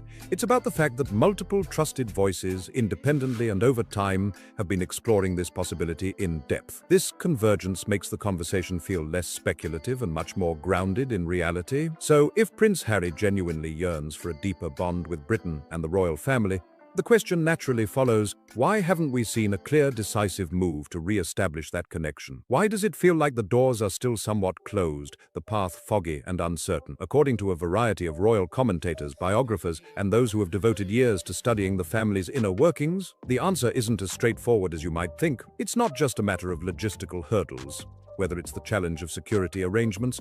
And this insider has said the marriage is strong. This is what they said. They love each other. This isn't about divorce or separation. It's about Meghan pushing Harry to adapt to a world where they can't rely on royal status or inherited wealth forever. Well, is Meghan deluded or what? Because Harry is never going to become commercially successful. Because beyond his royal meal ticket, there's nothing. Meghan flipped, and a normal argument turned into a showdown. Tensions are at an all-time high. Now, you'll remember Meghan returned from Geneva and there was a big song and dance made about the couple's wedding anniversary. I think that was part of the flood the zone strategy, which was desperately designed to sort of say, nothing happened, you know, it doesn't matter that only 10 people showed up. But at the same time, perhaps it is because she's even trying to convince herself that things were on track. Or even the delicate balance of public opinion. Instead, they point to a far more nuanced and complex reality beneath the surface. One critical piece of the puzzle appears to lie in Meghan's own stance on the matter. Sources suggest that Meghan may not have much desire to return to Britain permanently, and this hesitation has played a significant role in shaping the current dynamics. Royal biographer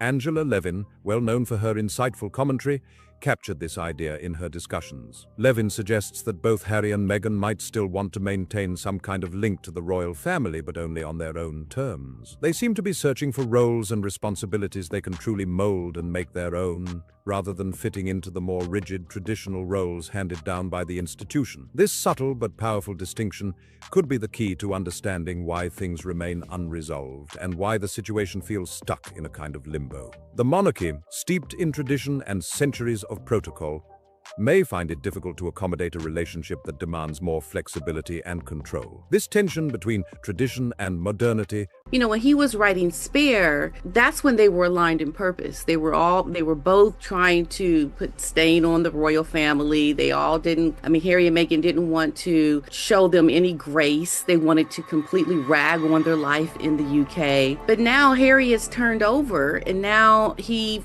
I believe, is feeling very regretful. And now they're no longer aligned in purpose, and they will continue to clash. This is the beginning of many more arguments, and the question then becomes, how long can they sustain the relationship no longer aligned in purpose? Can you describe Harry now compared to the Harry you knew? How would you characterize Harry in 2026? I think he's a nasty, spiteful liar.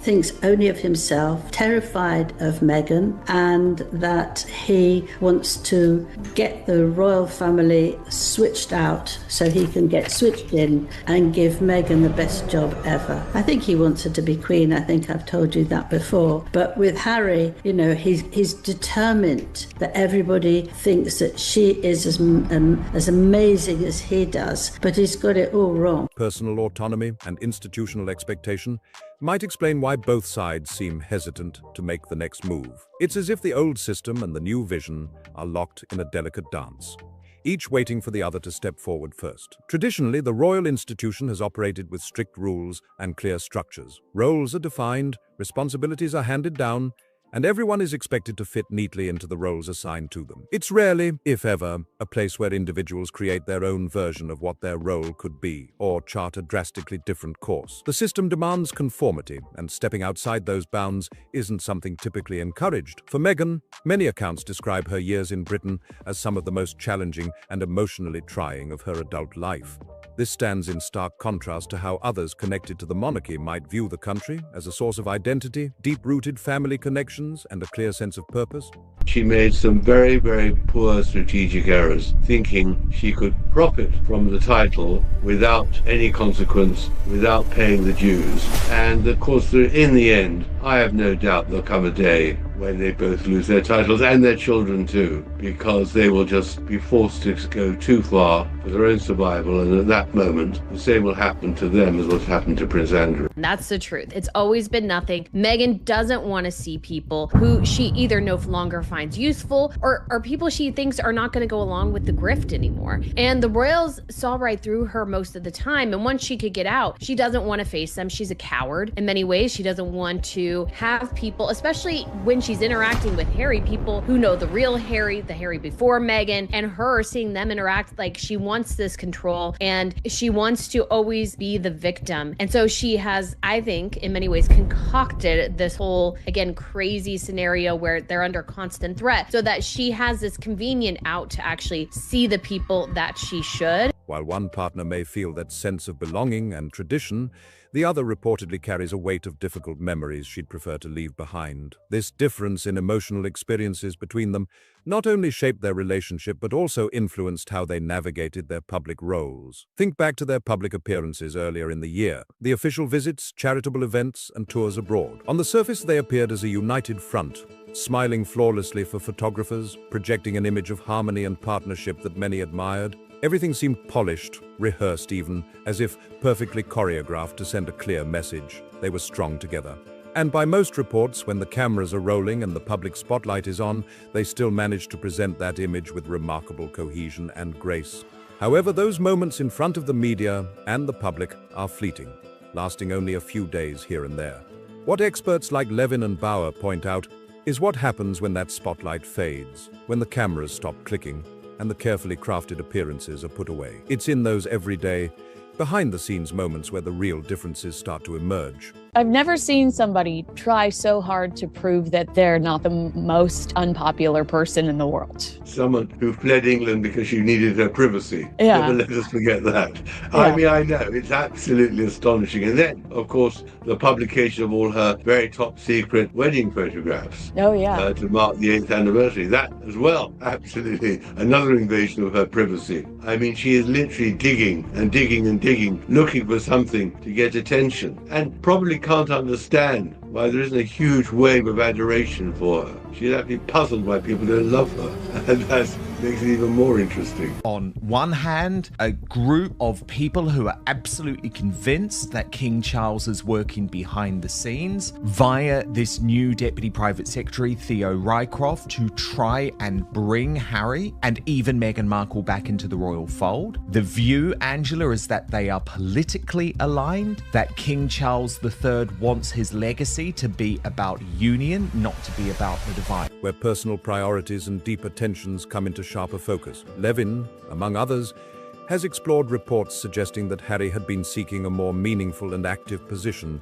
within the royal framework, something that would allow him greater influence and purpose beyond the traditional ceremonial duties. This desire for change and greater agency is a crucial piece of their story, shedding light on the challenges they faced as they tried to find their place in a centuries-old institution that traditionally resists change. Life is full of complexities, and when it comes to sensitive matters, it's essential to tread carefully and approach the subject with fairness and respect. Right now, King Charles is undergoing medical treatment, a time that calls for compassion rather than wild speculation or unfounded rumors.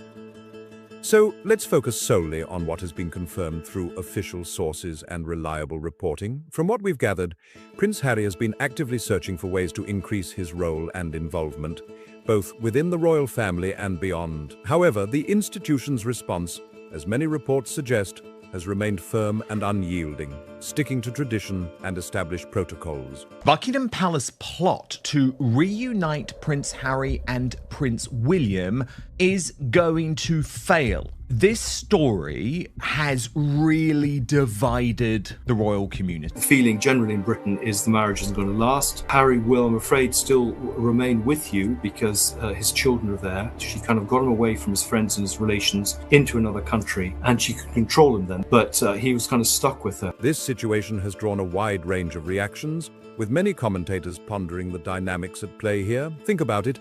Marriages often face disagreements, and it's not uncommon for couples to have different dreams and goals. That's part of any relationship, but what happens when those ambitions pull two people in completely opposite directions, literally continents apart? When you're talking about lives separated by an ocean, compromise is no longer a simple negotiation. It becomes a much larger, emotional and practical challenge. And according to the interviews, reports and opinions we've seen circulating, neither side is showing much willingness to bridge that gap right now. That unwillingness, or perhaps inability, to find common ground is what truly complicates the story. Now, here's the twist that adds an extra layer of intrigue to the whole narrative.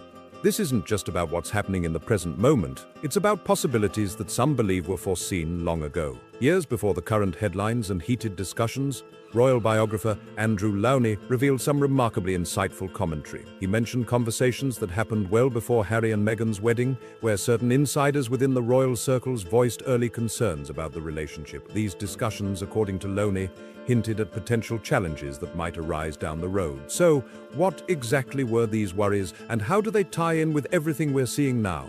This revelation adds a fascinating dimension to the story, encouraging us to look back and reconsider how much of the future may have been quietly predicted behind palace walls. Behind the glossy headlines and carefully crafted public images, whispers began to circulate, quiet doubts about whether this relationship could truly last the distance. And I think that seems to be the feeling here with Harry. He wants to build some bridges. I think his father is keen to reunite with him to see his grandchildren. William clearly is against it. The king is caught between the two brothers, and whatever he does, he's going to upset one of them. And it's a bit of a mess. But it's interesting that when there have been occasions where the king could have met Harry, I mean, not least in his recent visit to the States, that didn't happen. And I think there's always a suspicion that Harry will leak any encounter they have, and the story will be sold to the newspapers. So it is a bit of a mess. No one wants a dysfunctional family like that, but I'm afraid that is the story of the royal family. They can't seem to get on with each other. Some insiders felt deep down that the match was fragile, teetering on the edge of failure. These concerns weren't just fleeting thoughts, but persistent cautions that, if ignored, might unravel into something far more serious. And yet, looking back, it's easy to see this from two distinct angles. On one hand, it's human nature for people to jump to dramatic conclusions once cracks appear, sometimes blowing things out of proportion when viewed through the lens of hindsight. But on the other hand, it's possible that a few sharp observers noticed subtle signs of strain long before anyone else caught on, almost as if they were reading the invisible writing on the wall. No matter how you interpret it, there's a magnetic pull when predictions start aligning with real-world events down the line. It's hard not to lean in when someone's foresight seems eerily accurate, and they point to pieces of evidence that back up their early warnings. This is precisely when many begin to question the carefully maintained public narrative that has wrapped this couple for so many years. All those things are kind of, again, undermined because of attention being focused on people like Harry and Andrew, when, there is so much good that they can do, but which gets ignored. So my experience is, talking to people, they're not anti-monarchy, but they are anti the monarchy abusing its status in order to make money for itself. But what happened with the Duke of Windsor is he did every so often come back and see his family, as long as his wife didn't come with him, and that we're going to see more of that. We have a sign that Harry may be able to come back and have security paid for by the taxpayer here, which will make him feel safer. Time and again, whenever rumors about trouble surfaced, the official responses followed a recognizable script: insistence on strength, unity, and unwavering commitment. Stronger than ever, they would say. Completely united, and representatives never wavered in dismissing claims of serious issues, working hard to reinforce an image of solidarity. Meghan herself has repeatedly voiced her faith in the resilience and depth of their bond, publicly affirming that their relationship is built to endure. But the truth is, no matter how loud the declarations, no outsider can ever fully understand what unfolds behind those closed doors. What's shared with the world only scratches the surface, and often there's a wide gap between polished public statements and the impressions formed by those watching more closely. Over recent years, this divide between public messaging and private reality has become a source of intense speculation, as every gesture, every interview, and every reported incident is dissected for clues about the true state of their relationship. For months now, commentators and fans alike have been dissecting every detail, searching for clues that might shed light on the current state of Harry and Meghan's relationship. They've noticed subtle shifts, like how instead of marking their 8th wedding anniversary with a grand public appearance or a joint interview, The couple opted for a simple, heartfelt video tribute. That choice alone sparked a flurry of speculation. Meanwhile, Meghan appears to be carving out her own unique path. Told the couple are at a standoff over their summer. As well as the Balmoral trip, the plan had been for Meghan to join her husband in the UK in July for a one-year countdown event to the 2027 Invictus Games taking place in Birmingham. However, our source says Meghan has now told Harry to go without her. They add Meghan's bust-up with Harry was a big one, and she's digging her heels in. She's told Harry to go to the UK without her, as there was no way she would be joining. She doesn't want to put herself or the kids through the drama. Then you've got the fact that the veterans in Invictus, because it's a special event for injured veterans, military people, served in the army, served in the navy, served in the air force, who have either mental health problems or indeed they've lost limbs, other issues, and they compete at the top level of competition. The problem you've got is those veterans are not happy because Invictus should be about them and their achievements, but it's about Harry and Meghan. So Invictus is a disaster. Diving into solo projects that showcase her individual passions and commitments. Meanwhile, Harry seems more frequently to speak about his ongoing ties to Britain, openly reflecting on his homeland and remaining engaged with important causes there. What's striking about all this is that despite the swirling rumors, no credible sources are suggesting there's been a dramatic or public breakup. Far from it. Many observers believe the situation is far more nuanced. Instead of a headline-grabbing explosion, it looks like a complex scenario involving two people who likely still care deeply for one another, but who are being drawn in different directions by their hopes, dreams, and priorities for the future. It isn't a tale of discord or chaos. It's a story about growing distance, a gentle but profound drift between two paths. According to this interpretation, Harry and Meghan seem to be standing on opposite sides of a critical crossroads, each holding tight to what truly matters in their lives and identities. Neither appears ready to give up what defines them or to compromise on their personal pursuits. This delicate balancing act raises a key question. Where could this quietly unfolding story lead? Will these differences eventually draw them apart?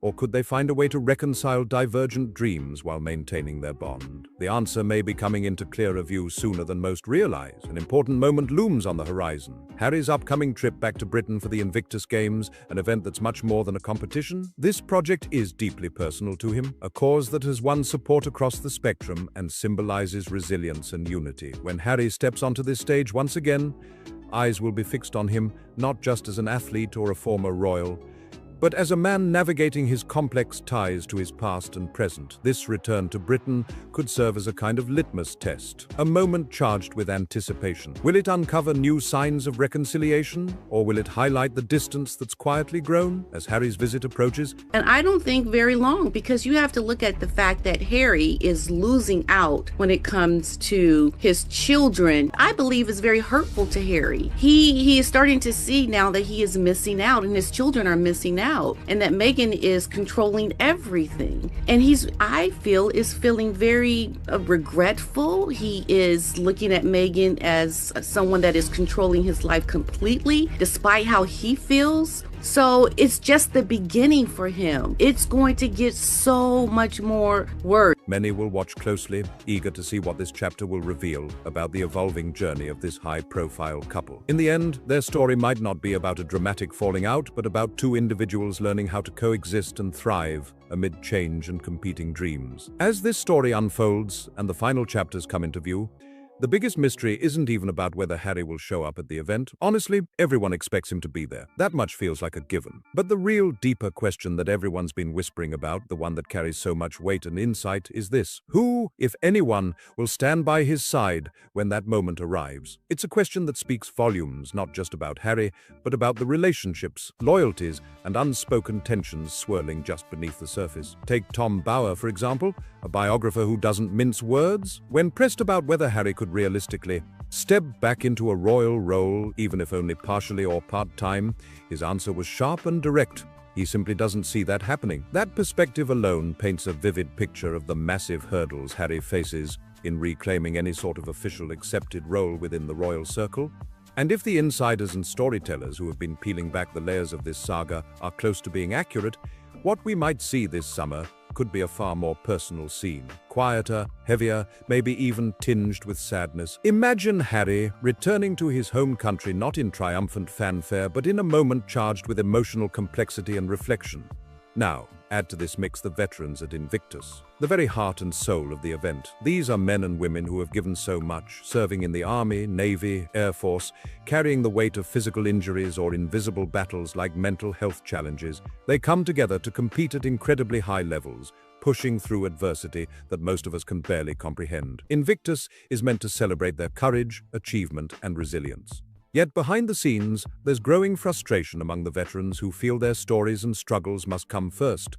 Instead, they're finding the spotlight increasingly dominated by Harry and Meghan, shifting attention away from the heroes the games were designed to honor. This undercurrent of discontent transforms what should be a powerful celebration of bravery and healing into a moment of tension and even disappointment. For many, Invictus is no longer just about veterans rising above their challenges. It's become tangled up in politics and personalities, making it harder to remember what the event stands for at its core. This shift has left many feeling uneasy, casting a shadow over what should be a truly inspiring gathering. In the end, the Invictus Games will go on, and Harry will presumably attend. But the true story lies in the spaces between, the people standing behind or beside him, the silent struggles of veterans yearning for the spotlight, and the emotional complexities of a prince trying to find his place amid it all. This moment speaks to much bigger themes: identity, loyalty, and the challenge of carving out a new path when the past looms so large. If you've followed this journey closely, you know it's about far more than just headlines. It's about connection, healing, and the weight of expectation. So, what do you think will happen when Harry takes that stage? Who will be with him? And what will the veterans truly feel as the world watches? If this story captured your attention, don't forget to hit that like button, subscribe for more deep dives like this, and share it with someone who loves a gripping, real-life story. Drop your thoughts in the comments. What's your take on all of this? Let's keep the conversation going. A growing scandal involving Prince Harry and his last remaining genuine charity project, the Invictus Games. But is it really a charity project at all? Australia has done a U-turn. They had previously cut funding for the Invictus Games, but now veteran backlash has forced them to bring it back. Harry's heartbreak as the showbiz elite dump the Sussexes. I think that will be the beginning of the end for Meghan as a public figure, because this is a man that she's abandoned. Just awful. It will be shame on you, Meghan. Australia made an unexpected shift that caught many by surprise. Just recently, the government had slashed its funding for the Invictus Games, a global event that uplifts wounded, injured, and sick service members through sport. This decision sparked an intense uproar, especially among veterans who felt betrayed after years of support. The backlash was so powerful and vocal that officials were forced to reverse their stance and restore the crucial funding. But beneath this sudden flip-flop, some sense that something more complicated might be unfolding behind the scenes, something that doesn't quite add up. At the heart of this unfolding story is the Invictus Games Foundation, a British charity responsible for managing much of the operation. After a 2-year grace period, the foundation recently filed its 2024 annual financial report with the UK Charity Commission, a filing that raised eyebrows and questions. Paula's detailed review uncovered some alarming trends. In 2024 alone, the foundation slashed its direct grants to veteran support organizations by a staggering 63%. Invictus Games for Wounded Warriors, which sounds like the Wounded Warrior Games. And people think, oh, this must be great. And a lot of people are unclear how to read a tax return or to check stats. And so I think it was just very easy to say, oh, the Invictus Games, it's great. It does all this. And then, you know, you start looking into it and you're like, hey, what the heck is going on here? You know, those 535 competitors had to pay their own way. They had to pay their own housing for the games. They had to pay for their own equipment. Dropping from £534,973 down to just £200,328. What's perplexing is that this sharp cutback happened simultaneously with a dramatic 41% rise in the foundation's overall income. But the financial oddities don't stop there. That same year also saw the creation of a new executive role, a position offering a 6-figure salary added to the staff lineup. Meanwhile, the foundation's cash reserves swelled to an eye-watering £2.3 million. This growing pile of cash suggests that instead of investing in veterans, funds were being held back or redirected elsewhere. There's more to the story too. Tom Bauer, in his recent book titled Betrayal, stirred further controversy when he claimed that money intended for the Invictus cause was instead spent extravagantly on private jets, opulent 5-star hotels, the $63 million Invictus Games spend into the mainstream media. Some of the key lines from Paula's brand new and really jaw-dropping reporting this week. And of course, she's been very careful because we know how litigious Prince Harry can be. But this is really extraordinary stuff.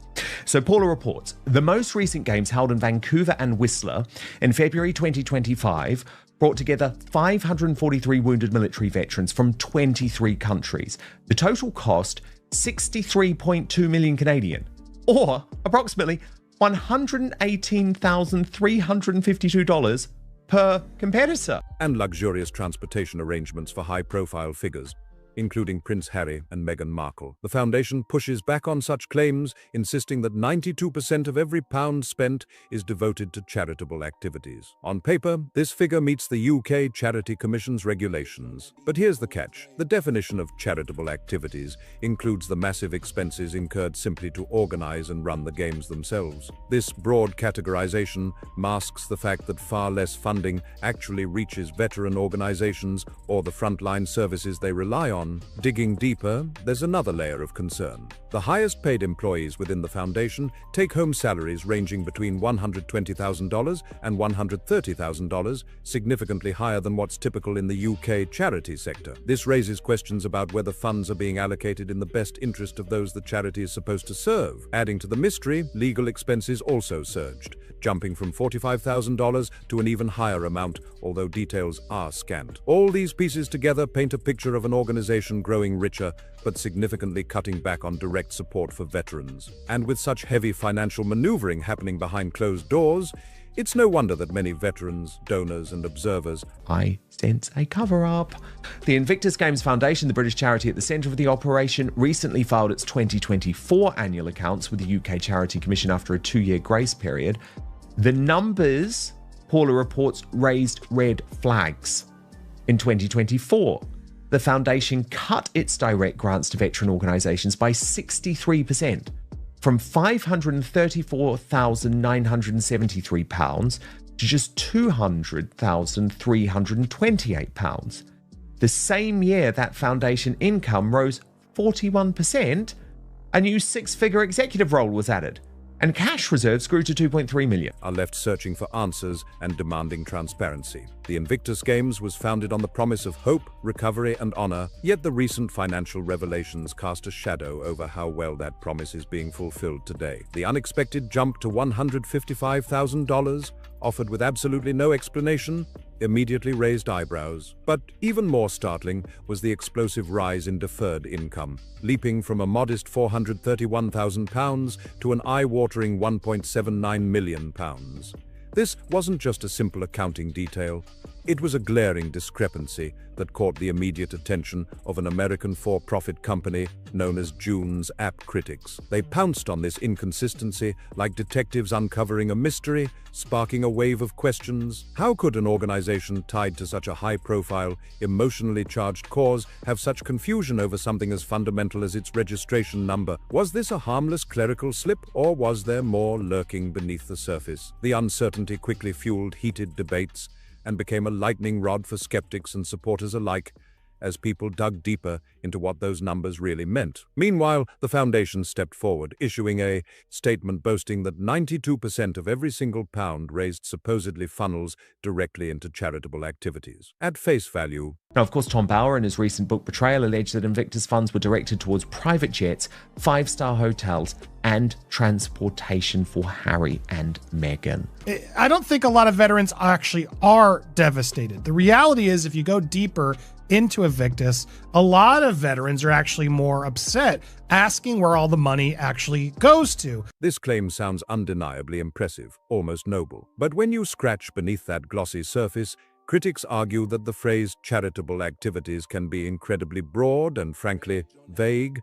It might include everything from event organizing, venue rentals, travel expenses, accommodations, to production costs, items that some say fall into operational overhead rather than pure support. This distinction matters. After all, There's a monumental difference between funding the logistics of a large-scale event and providing tangible, direct aid to veterans who might be in urgent need of specialized equipment, accessibility modifications, or other vital forms of assistance that genuinely impact their daily lives. This nuanced debate revealed a critical gray area, and it's exactly where many believe the real controversy begins.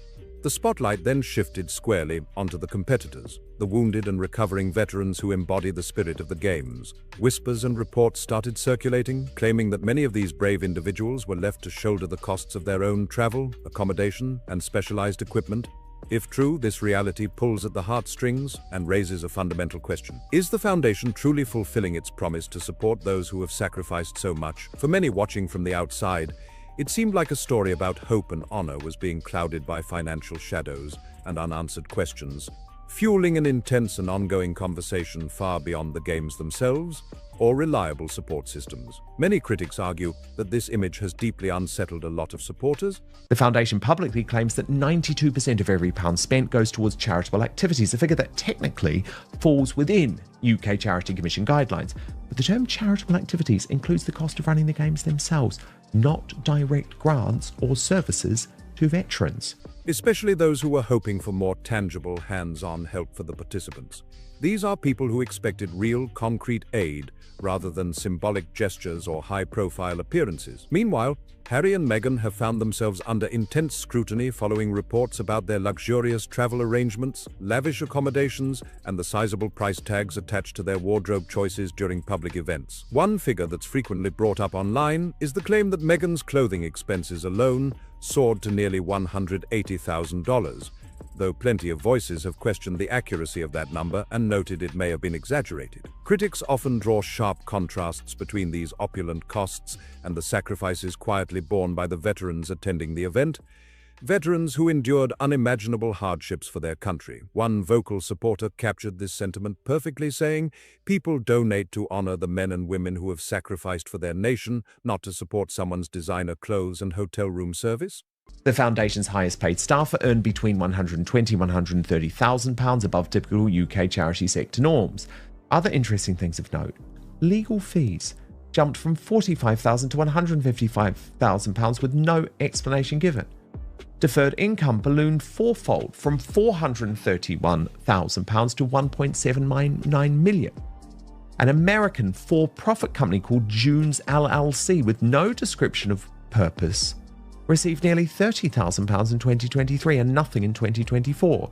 And the same filing contains two different company registration numbers, one on the cover page, another on the balance sheet. This growing frustration and sense of disconnect have been a huge factor in keeping the petition alive and gathering more signatures day by day. On top of that, there's another story that keeps bubbling up every time the topic of the Games is debated. In investigative author Tom Bauer's latest book, there's a particularly charged passage describing a wheelchair basketball game between the United States and Nigeria. According to his account, some American players stood up and walked away after the final whistle, a gesture that sparked outrage and led to intense debate across social media and veteran forums. Supporters of the athletes quickly jump in to remind everyone that not all injuries are obvious or visible. Beyond physical wounds, many servicemen and women struggle with psychological challenges, invisible scars that impact their daily lives just as deeply. Mental health conditions and other service-related issues are real battles that demand understanding, respect, and support just as much as physical injuries. Yet, despite these important conversations, critics continue raising pointed questions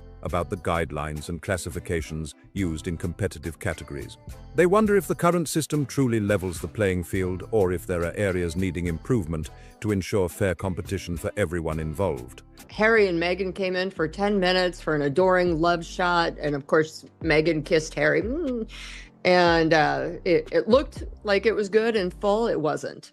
So I think the public interest is waning, and also in this time of economic disparity, people really want to know where their money is going to, and there are lots of other places that actually support veterans, may give them prosthetics if they need, may build a wheelchair ramp at their home, which is necessary, may do things that really help people as opposed to helping Harry's ego. This ongoing tension adds another layer of complexity to what many see as a profoundly meaningful but sometimes controversial event.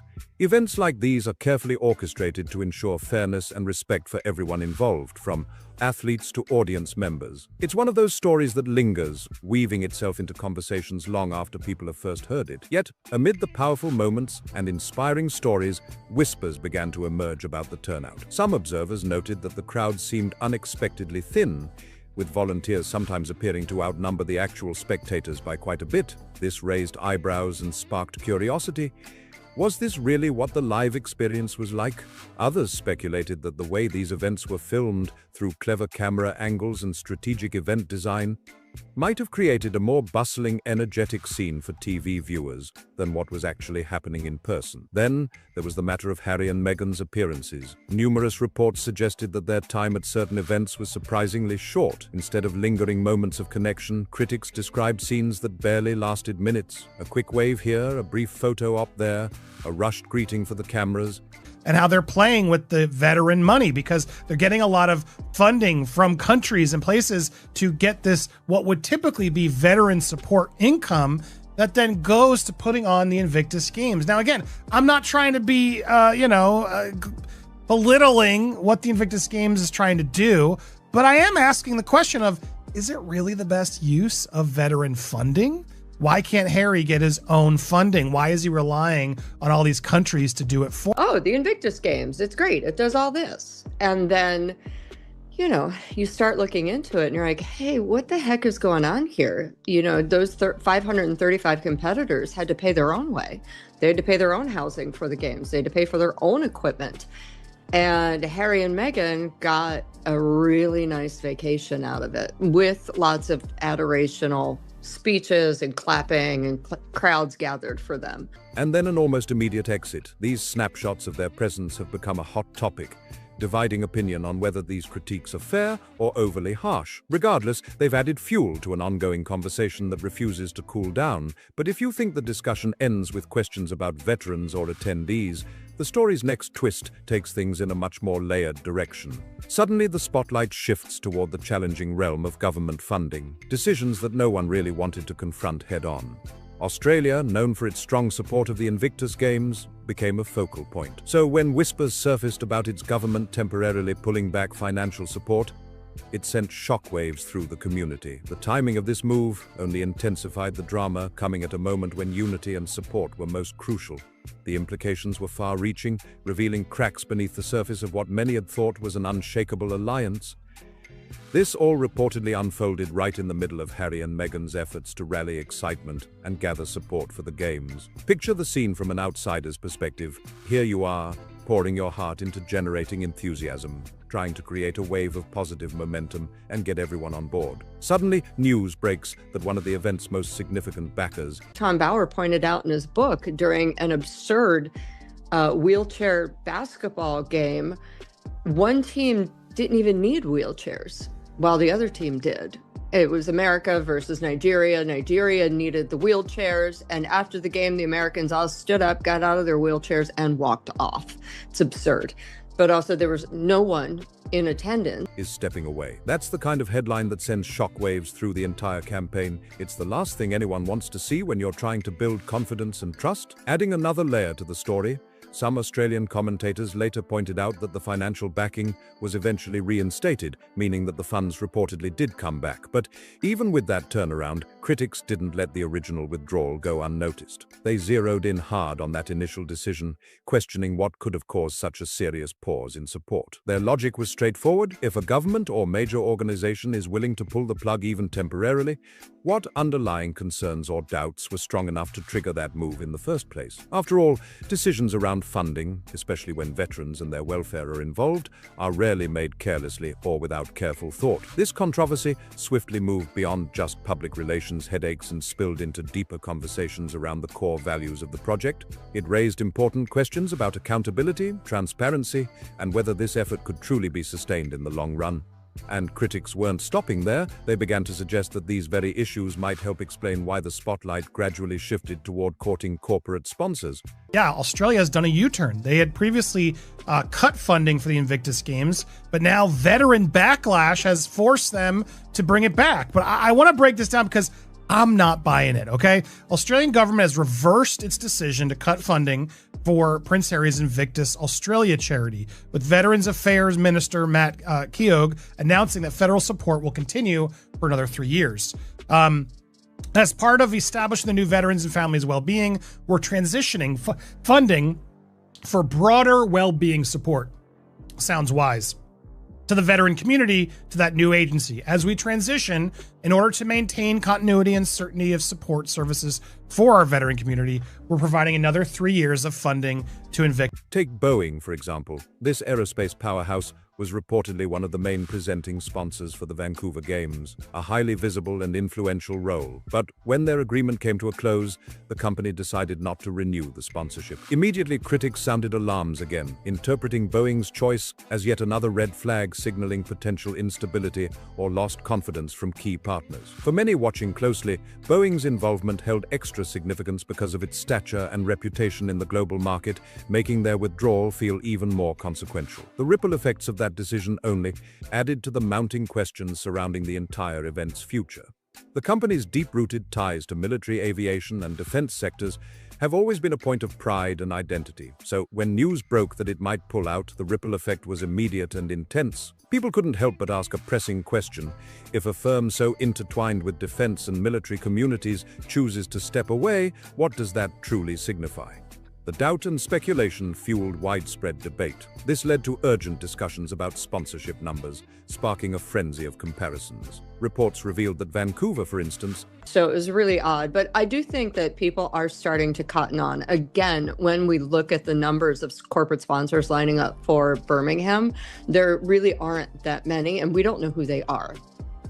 Only 11. Now, Boeing has, I believe, cut ties.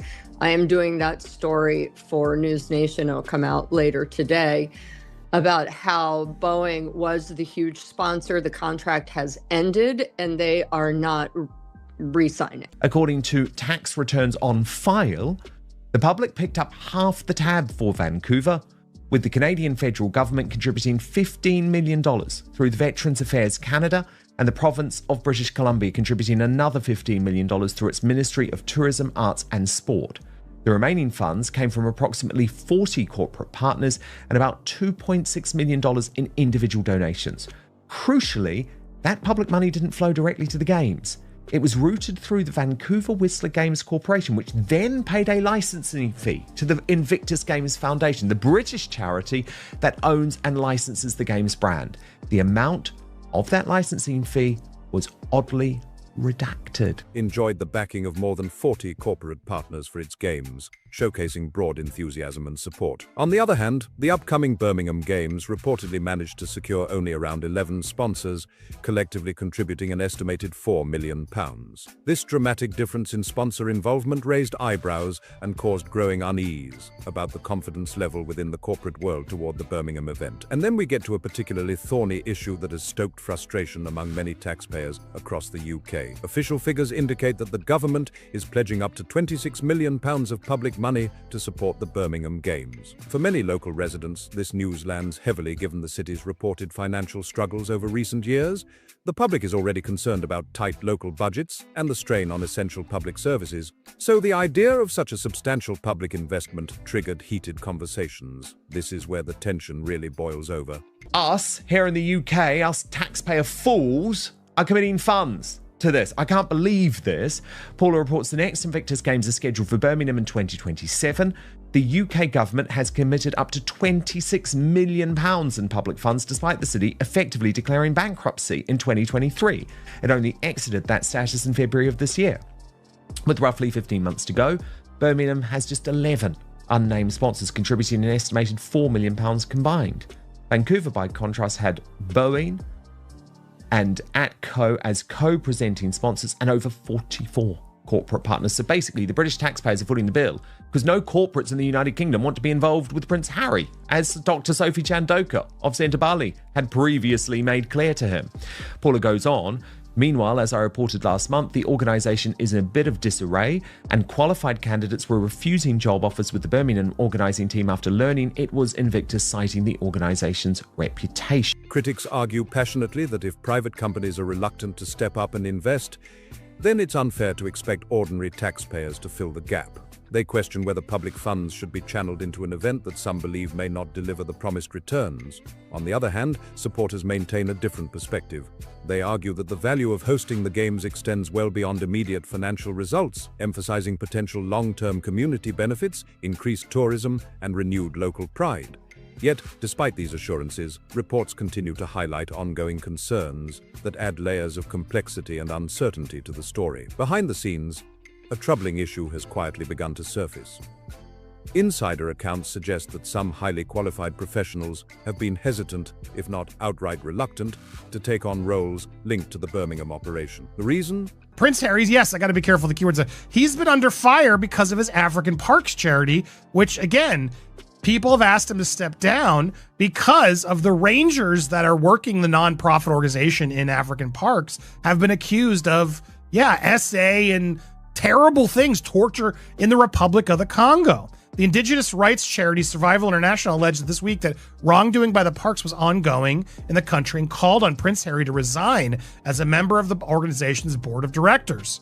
African Parks handles the long-term management of 24 protected natural areas in 13 of African countries in partnership with local governments. And the group was accused back in January 2024, which we reported on here, of funding these rangers who had committed human rights abuse. The cloud of controversy surrounding the Invictus brand itself. Now, if this is true, it poses a significant reputational hurdle. It's one thing to wrestle with challenges like funding or logistics, but it's quite another when capable individuals are reportedly questioning whether they even want their names connected to the project. Imagine the impact on momentum and morale when top talent starts to shy away simply because of the organization's public image. But this story doesn't stop with Invictus. Critics argue it's part of a broader pattern tied directly to Prince Harry's associations. Take Santa Bailey, for instance, the charity he co-founded to honor his mother. It was meant to be a beacon of hope, yet it caught fire in the headlines for all the wrong reasons. Leadership battles, public disagreements, legal wrangles. For comparison, the US Warrior Games, a similar competition for wounded American service members, runs on roughly $2 million a year. Germany's Invictus-style competition costs about $200,000 and involves half as many participants. The public's taxes footed a portion of the bill. Really was the fact, again, that this is, I think, where Harry is struggling. I think he felt that his presence just turning up, and this has been the problem almost now with Invictus for the last few years, that, Markle turning up in Canada, rushing in at the last minute saying, I've been busy doing packed lunches. It's just focus about them. I think people are fed up with the way that it's looking in Invictus, and I know this talking to some senior people there, they're just thinking, well, where has this gone wrong? And a wave of resignations, all made for a tumultuous narrative that captivated the media. It turned what should have been an inspiring story into a public spectacle. Similarly, African Parks, another organization linked to Harry, found itself under the spotlight with allegations and concerns that sparked widespread debate. Critics have voiced frustration over how Harry handled the fallout, questioning whether he engaged enough publicly to address the growing unease. Supporters, on the other hand, contend that these situations are far more layered and nuanced than they appear on the surface. They emphasize the complexities of managing large, multifaceted organizations in the public eye and caution against jumping to conclusions based only on headlines. Still, for many outside observers, the pattern feels unmistakable. What starts with promising enthusiasm and public goodwill often becomes clouded by internal strife, be it leadership conflicts, sudden resignations, or ongoing controversies that refuse to die down. And this recurring cycle is exactly why, for many watching closely, the story takes on a much bigger dimension than any single project. It becomes a reflection on the challenges of sustaining a positive legacy amidst relentless scrutiny. The spotlight on Invictus has morphed into something far bigger than just one event, But I think with the Santa Barley thing, clearly Harry is tone deaf or too frightened to tell his wife that, look, you are the problem. We need to step back. You know, this has now just become a celebrity thing rather than looking at the true cause, which is to celebrate, honour and really, you know, sort of inspire the veterans. I love them. I think they're, and I'm not just saying that, I genuinely think, wow, you know, when you're fed up, if you watch some of those poor people, and I don't mean poor in a nasty way, but you know, what they've gone through, and they get up, you think, get on with it. If they can do it, you can. These people are inspirational. All the men and women of Invictus and all those services who've gone through terrible things, you truly are. Of course, it's been hijacked. It sparked a huge ongoing conversation that shows no signs of fading anytime soon. It has become a symbol of deeper debates about recognition, service, and legacy in the public eye. Even the accolades Prince Harry has received have become tangled in this controversy. Take, for example, when Harry was awarded the Pat Tillman Award, a tribute named after the former NFL star who left everything behind to serve in the military and tragically lost his life in combat. The announcement set off a firestorm almost immediately. Fans celebrated Harry's dedication to supporting veterans, praising his efforts behind the scenes, highlighting the meaningful impact of his work, but alongside that praise came a wave of fierce critics who argued vehemently that this prestigious honor might have been better suited for someone else whose military service was more hands-on. This debate rapidly escalated, especially online, where opinions spread like wildfire. Many detractors weren't necessarily saying Harry wasn't committed or hadn't earned respect. Their main concerns centered around how heavily his public image might have influenced the decision. Meghan and Harry, as you know, put out this thing earlier this year, basically saying they'd like His Majesty the King, the Royals, etc., Invictus, Birmingham. And recently they put out something about some sponsor and all of that, you know, because it's flagging, let's be honest. Invictus, Birmingham, you know, I wish them all the best, I genuinely do, but, you know, this country right now, we're just running out of money at the rate of knots. And it's all down to the government, whichever way you want to say it, it's down to bad spending and bad chancellorship, which is Rachel Reeves. Suggesting that the accolade was granted more because of his celebrity status than because of direct, boots-on-the-ground involvement. Questions buzzed. How deeply was Harry involved in the day-to-day lives of veterans? Was his role mostly symbolic, or was he truly engaged in frontline support and advocacy? These conversations tapped into bigger issues about what it means to honor service and sacrifice in a world obsessed with fame. And then there's the stumbling block of As Ever, the business venture that simply couldn't escape its own share of troubles. With so many people noticing the cracks, the failures of As Ever became impossible to overlook. The attention only grew louder because of the relentless way Meghan Markle promoted it, constantly bragging about its successes, insisting the brand had sold out several launches, and flooding social media and interviews with endless praise. But beneath all this noise, cracks were forming, and the gap between expectation and reality became more glaring. The hype started to feel forced, leaving many wondering if the story being told was the whole truth or just a carefully crafted image designed to mask deeper issues. The failure of As Ever is simply impossible to ignore, and more people are picking up on this. Because Meghan Markle made such a fuss about her business, because she had to go endlessly on and prattle on about how great As Ever was doing, how it sold out its first couple of launches, of course that brings a lot of attention to the brand. And as the brand continues to flatline, it's bringing a lot of attention to that as well. And Jack Royston of Newsweek has revealed something rather interesting. However, I feel like he's missing sort of the bigger issue, because he sees a somewhat causation between the decline in Meghan Markle's popularity and the decline in website traffic and likely sales to her brand. But I actually think her popularity probably doesn't have a huge impact on what's happening with As Ever. It has more to do with simply bad business practice. This combination of high-profile recognition, public skepticism, and faltering business ventures has created a story packed with drama and ongoing intrigue, ensuring that people won't be turning away anytime soon. The brand's lackluster performance isn't going unnoticed, and ironically, it's drawing even more scrutiny as things continue to stagnate. Recently, Jack Royston from Newsweek shared some intriguing insights, shining a light on what's happening behind the scenes. But here's the twist. While he points to Meghan Markle's declining popularity as a key factor dragging down web traffic and, by extension, sales, I believe he's missing a much bigger picture. The truth, Meghan's fame isn't the real issue here. The problem runs much deeper, rooted in poor business decisions and a lack of innovation. Think about it. The brand keeps releasing the same tired products. Old chocolate collections, a handful of slightly tweaked candles for occasions like Mother's Day, and now matches as if that's going to spark excitement. It's less about who's in the spotlight and more about the failure to offer fresh, compelling items that genuinely capture consumers' interest. If I were advising the brand right now, I'd say that relying solely on celebrity appeal without evolving the product line is a recipe for disaster. People want new and exciting options, not the retail equivalent of déjà vu. At the same time, there's another layer to all this, especially in conversations around media and public opinion. Many critics observe that whenever attention shifts from veterans or established figures to celebrity-driven stories, the backlash intensifies. Whether or not that's a fair point is up for debate. It really depends on perspective, but it's undeniable that this claim keeps popping up in discussions about the future direction of the brand and its broader cultural relevance. A new chocolates for Mother's Day, new candle scents for Mother's Day, and now matches. Guys, popularity is not the problem. It's her complete and utter inability to come up with new products. That's the problem. I would not, if I was advising Meghan, I would not go, oh, honey, if you could just be more popular, your products will sell. That's not the problem. Popular people launch brands that fail all the time. Don't think about the popularity. That's actually not the make it or break it here.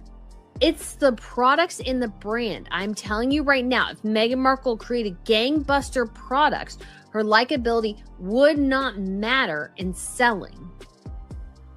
The products are bad. And when the products are bad, guess what? You can't move them. And the best you can do is ship a box of your products to one of your biggest fans who craps on the royals all the time and count that as a win. That's lame. That's really, really lame.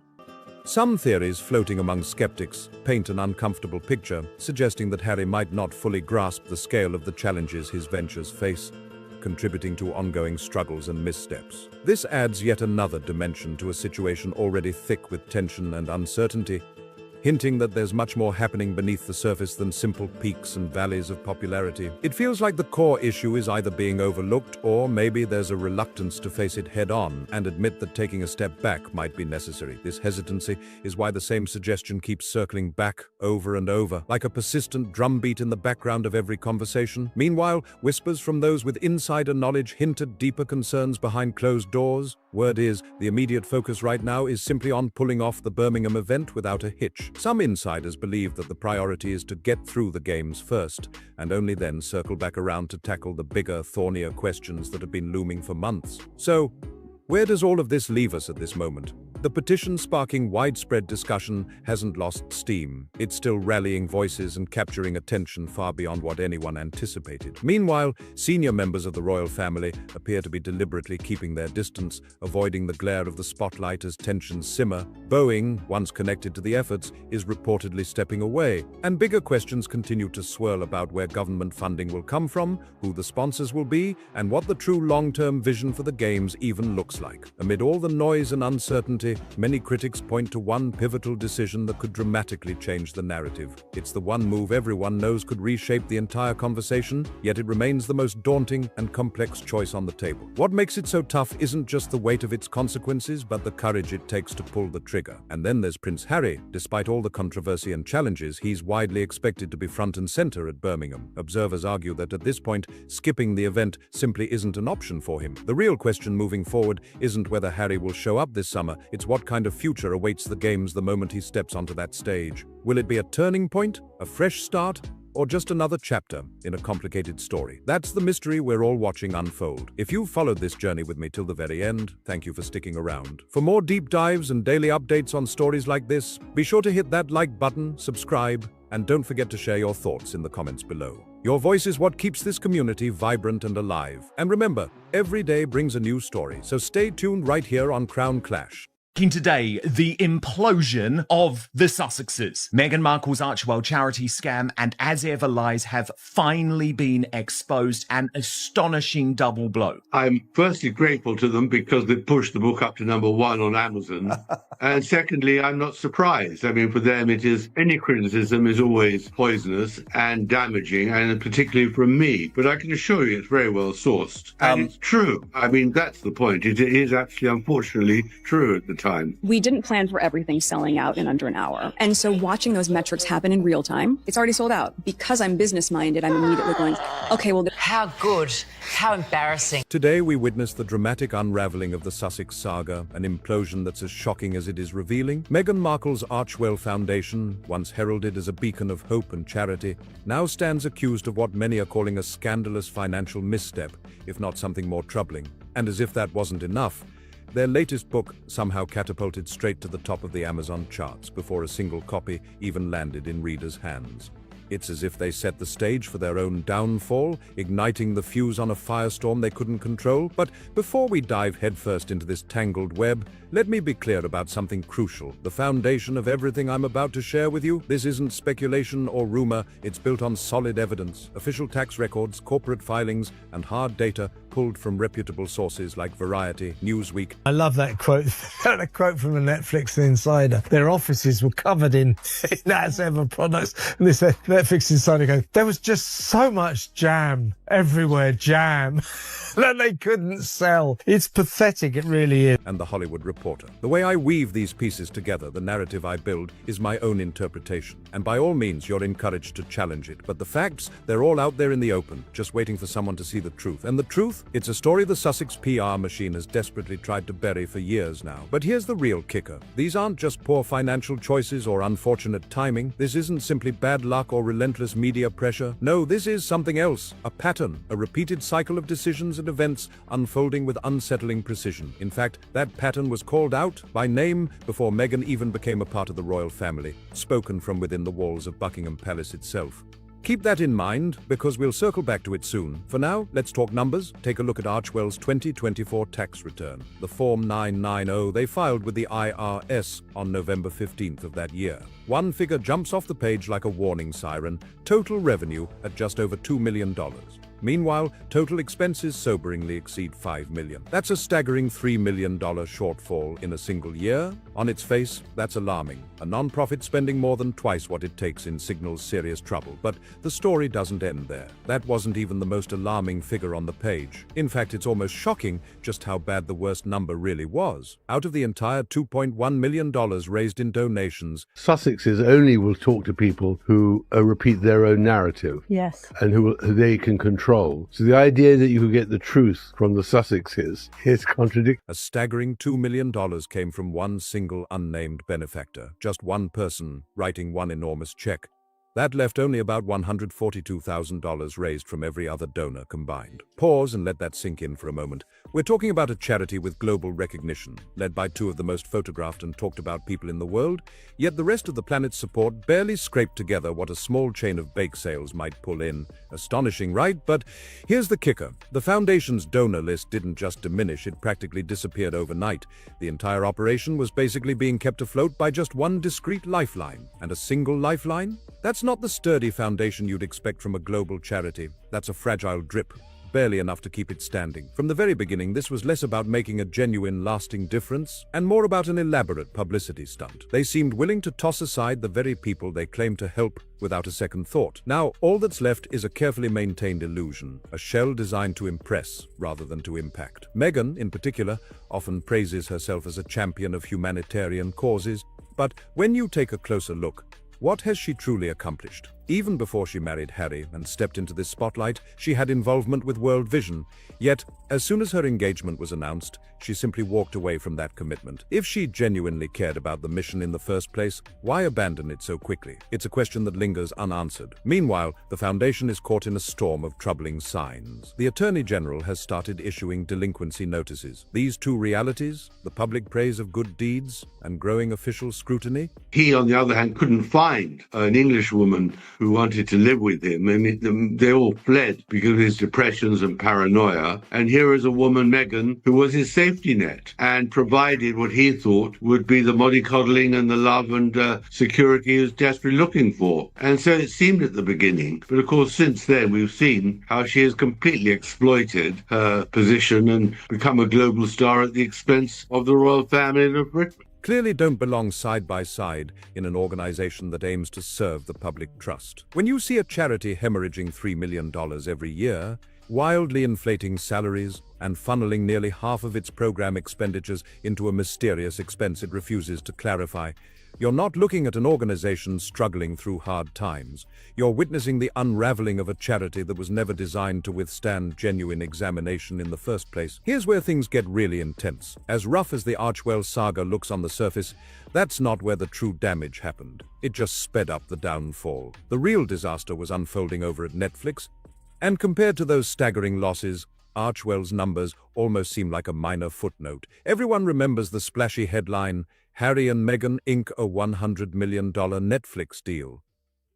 It hit the headlines like a bombshell, two former royals leaving the palace, stepping into the spotlight, and instantly sealing what felt like the biggest streaming content deal in history. It was a moment that screamed, "Look, we don't need crowns to shine, our brand is unstoppable." But here's where the story takes a twist. That $100 million figure? It wasn't quite what the public was led to believe. Variety dug deeper and reported, based on two insiders directly involved in the negotiation, that the real number was closer to $60 million, a far cry from the six-figure image that exploded across headlines. She didn't want to be a real princess, because to be a real princess involves duty and responsibility, caring about other people. And so she just wanted to be a pretend princess in Hollywood, so she split her husband off from his royal family and then inked a $1 zillion deal with a bunch of media companies, and then all her projects flew. And if you think that $60 million went straight into Harry and Meghan's pockets, think again. A significant chunk of that money was actually funneled into covering the salaries of Archewell Productions staff and running production costs.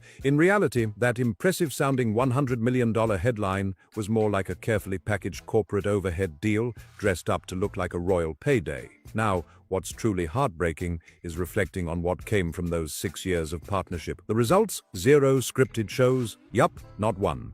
There was an animated series called Pearl, which Netflix eventually cancelled. 2 promised film adaptations, Meet Me at the Lake and The Wedding Date, have been stuck in what industry insiders call development hell. A polite way to say these projects appear destined to wither away unseen, buried forever in limbo. The few pieces of content that did make it out the door tell an even tougher story. The Harry and Meghan docuseries? That performed well and deserved credit for breaking through, but that success was the exception, not the rule. What followed crashed spectacularly. Take the Polo series, for example. It landed at an astonishingly low rank, 3,436th on Netflix's most watched list. Think about that for a second. Hitting 3,436th place means it was watched by barely 500,000 households on a platform boasting nearly 280 million subscribers. To get buried that deep in Netflix's vast sea of content, catastrophically bad things are going for Harry and Meghan. Archewell is essentially done. Any aspect of their charity has essentially collapsed completely. And it's been revealed for what it really always was, which is a publicity stunt. They were completely and utterly willing to throw aside the people they were supposed to help. And now we have the situation where it's just artifice. It's just there for show. Your show has to tank in a way that almost defies belief. The math is brutal, and it paints an unflattering picture of how much resonance Harry and Meghan's projects really had. It's a stark contrast to the grand vision that was sold to the world back when the deal was first announced. Can do it quietly behind closed doors, with formal notices or carefully worded statements. But to publicly unfollow someone on social media, that's a gesture loaded with meaning, almost like a digital mic drop. It's a visible sign that the partnership didn't just fade away, it ended with a clear and unmistakable break. Imagine the countless hours, the big dreams, the high hopes attached to that $60 million deal evaporating into silence, punctuated by the simple tap of an unfollow button. Netflix had taken a massive bet on Meghan, hoping her star power would create a new wave of scripted success and lifestyle influence. Instead, the whole venture unraveled within a short span. From that dazzling high of a headline-making multi-million-dollar contract to walking away less than 2 years later, it's a story as dramatic off-screen as a scripted series. And when you hear that the biggest streaming company in the world, capable of nurturing massive creative talents, ended the deal with such a stark digital gesture, It speaks volumes about how things really went behind the scenes. What's even more telling is Netflix's unwillingness to talk positively about the collaboration afterward. When questioned, they sidestepped saying anything uplifting, leaving a shadow over the entire relationship. It wasn't just a business. Meghan praises herself constantly for being this great humanitarian, but when you really think about it, what has she done? I mean, even before she married Harry, she was part of World Vision, but dropped them as soon as she got engaged. And so it's like, if you really cared about the organization in the first place, why not continue working with them? But no, she just threw them to the side as soon as she could. Decision. It was a final chapter closed on a partnership that once promised so much but ultimately fell short of expectations, both in performance and in camaraderie. And in an industry built on connections and collaboration, "We're done" feels both like a whisper in the hallways and a thunderclap heard throughout. Letting a partnership quietly fade away with a carefully worded statement about exploring new directions usually feels like the polite, mature thing to do. But unfollowing someone on Instagram?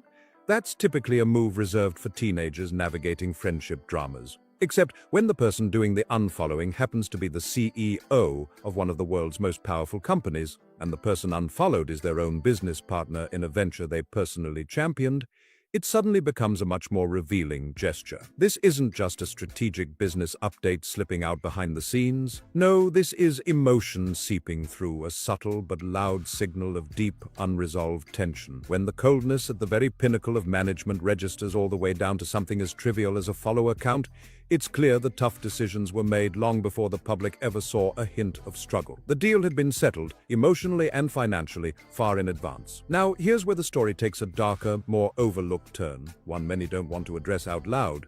The collapse with Netflix? It wasn't some isolated misstep or an unlucky run-in with one difficult partner. No, it's part of a pattern, a recurring cycle that's played out with chilling consistency. First came Spotify, then Netflix. Now, Archuel. Each followed the exact same script with nearly eerie precision. They burst onto the scene, flaunting the big-name branding proudly front and center. He's claiming she sold $36 million worth of jam alone. If she had done, Kinsey, let me tell you, Netflix would still be with her. They would still be backing her to the hilt. She was making that kind of money. They promised exclusivity, prestige, and groundbreaking content or products. Things you'd never seen before, meant to dazzle and captivate the market. But the reality? These ventures under-delivered in significant and unmistakable ways. Instead of taking accountability, the narrative quickly shifted to blaming external forces. The system, the media, even the institution itself. And before the dust from one deal had a chance to settle, attention was already being redirected to the next high-profile launch. This pattern isn't accidental.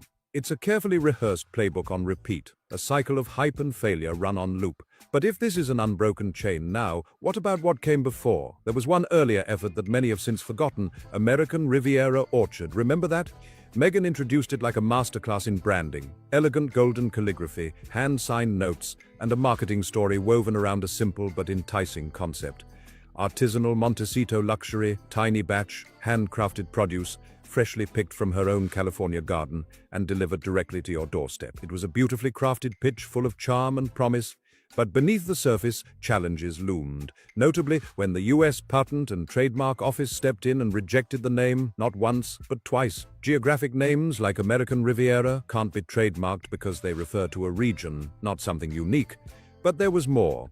The renowned gift company, Harry and David, formally objected, claiming that American Riviera was too close to their own Royal Riviera brand. With legal obstacles stacking up, the dream was effectively over before the first jar ever made it past the warehouse. Everything she touches turns to shit. And I think every sort of creative person behind her or deep pocket behind her knows it's an extraordinary risk. She's too toxic to touch. I don't think anybody at Netflix could have seen the show before it went out, because it's not entertainment. It's not edifying in any way. It's really, really bizarre. Undeterred, Meghan pivoted. In February 2025, American Riviera Orchard was rebranded simply as ever. But then the next challenge hit, the supply chain issues that would soon begin testing the limits of this fresh start. The story behind the supply chain quickly became an internet sensation, transforming into a viral joke within hours. It turned out the jams and teas weren't lovingly made in Meghan's cozy kitchen or harvested from a charming garden tucked away in a sunny Montecito farmhouse. Instead, the confirmed source was the Republic of Tea, a commercial supplier located in Novato, California, a full 60 miles north of San Francisco. This revelation shattered the idyllic garden-to-kitchen narrative. revealing it for what it truly was. A carefully crafted marketing tale making a leap from fantasy to reality, and reality quickly proved the tougher opponent. Meghan herself admitted as much in an interview with Fortune magazine, openly stating that the original brand name was limiting because it implied products had to be locally manufactured and grown in the Montecito region. This was in effect a polite way of confessing the entire artisanal small batch Montecito fairy tale was just that, a fairy tale. The story printed on the label was compelling, but it simply didn't hold up under scrutiny, and this wasn't an isolated instance. When you trace this pattern backward, you begin to see a much broader picture that's hard to ignore. A recurring story of promises falling short. Take the much-publicized Spotify deal, for example, a reported $25 million contract that was supposed to set the Sussexes on a new path as podcast moguls. Yet, the deal delivered just one podcast series called Archetypes. What's the title of her show? Love Meghan. For what? To watch? Who wants to watch Meghan Markle bake a pie? Watch the Harry and Meghan Netflix documentary. Now, I'll be honest with you, before I watched it, I was not a fan of theirs. But now I've actually heard their side of the story, I fucking hate them. Consisting of only 12 episodes, followed by complete silence. The deal officially ended on June 15, 2023, marking a quiet conclusion to a high-profile partnership. Yet, the most revealing moment came from Bill Simmons, Spotify's own head of podcast innovation, who didn't hold back in his criticism. Speaking on his own show, Simmons bluntly labeled the Sussexes as grifters, a rare, unfiltered jab from someone leading the very media division that had signed them. Now let's pause and tally up the stark, unmistakable pattern emerging here. A rhythm that tells a story all by itself. Spotify, $25 million invested, resulting in a single podcast, then silence. Netflix, $60 million promised, with 0 scripted shows ever produced, plus $10 million spent on unsold jars of jam. Arkwhile, a project that received $2.1 million but ended up costing $5.1 million, and a watchdog agency that outright refused to give it a rating. American Riviera Orchard. This year, I had thought, you know what, American Riviera, that sounds like such a great name. It's my neighborhood, it's a nickname for Santa Barbara, but it limited me to things that were just manufactured and grown in this area. And I've been waiting for a moment to share a name that I had secured in 2022. And this is the moment.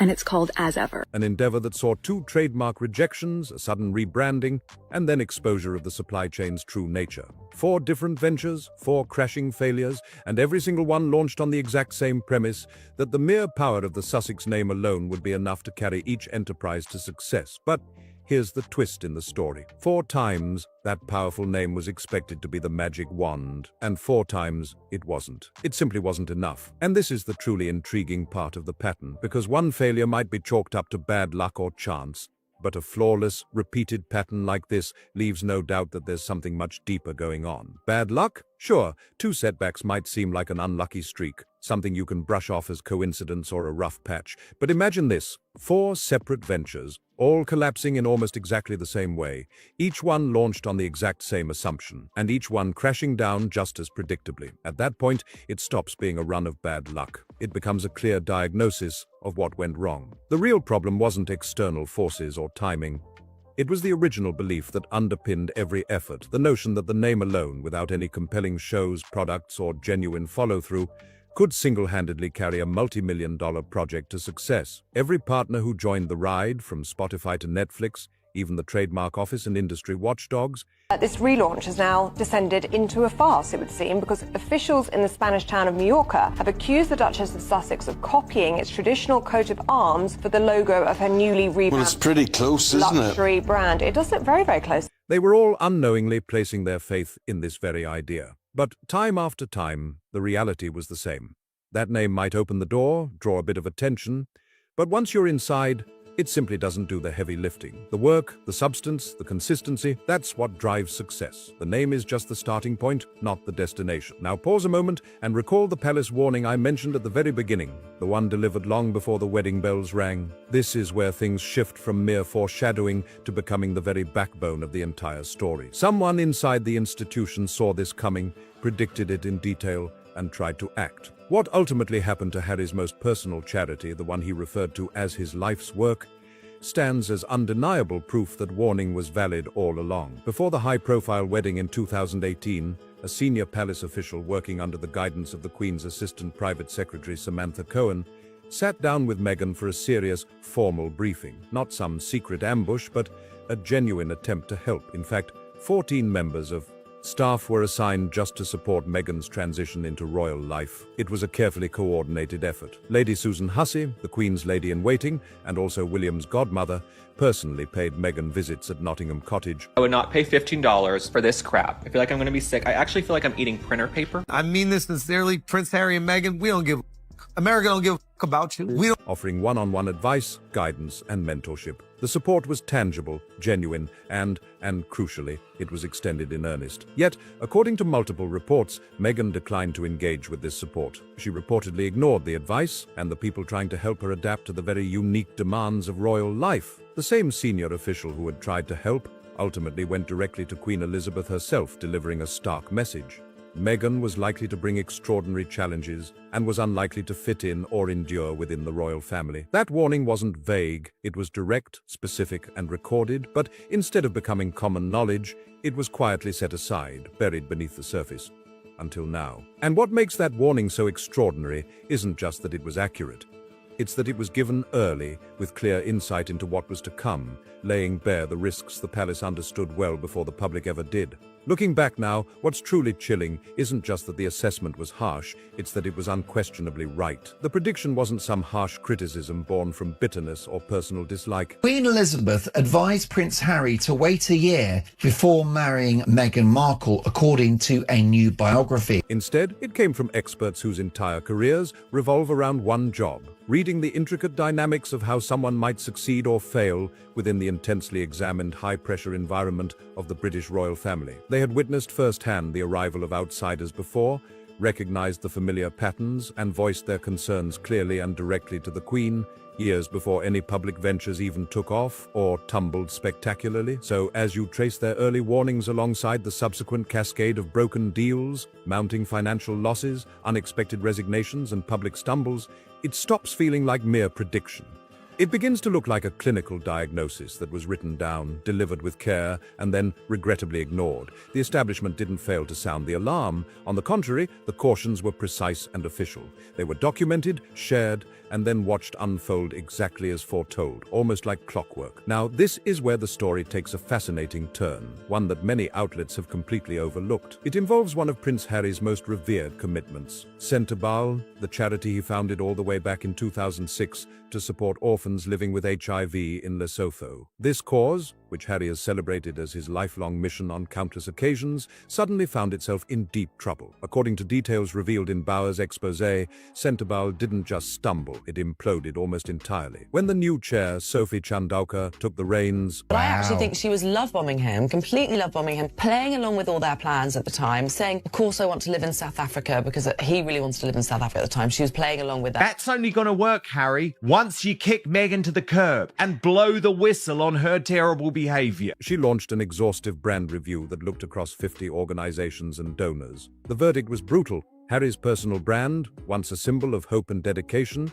had severely declined in value. Even more strikingly, and this is a direct assertion from the book, Meghan had played a role in actively undermining what little strength Harry's brand still had left. The impact wasn't neutral, it wasn't passive, there was real damage. The consequences followed swiftly and tangibly. Major sponsors like Audit withdrew their support. A significant Japanese benefactor cancelled their funding, wiping out about 23% of Centrebel's income seemingly overnight. Remarkably, Chandauka confronted Harry with this harsh reality head-on, showing a courage few would own in such a sensitive situation. She told him plainly, without hesitation, that while there was talk about new funding streams, the truth on the ground was quite the opposite. A great deal of money was flowing out, with very little coming back in to support him and Meghan's initiatives.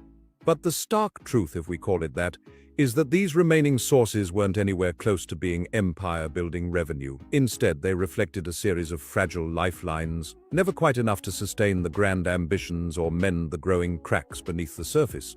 They were always seen as temporary fixes, stopgaps and bridges, not the deep, unshakable foundations one would expect in an age-old monarchy, but overshadowing every careful move, every strategic decision, was a question so powerful it threatened to unravel everything at once. The ultimate question of authority and legitimacy. Then, in October 2025, history quietly shifted beneath the palace's feet. King Charles took a decisive and unprecedented step.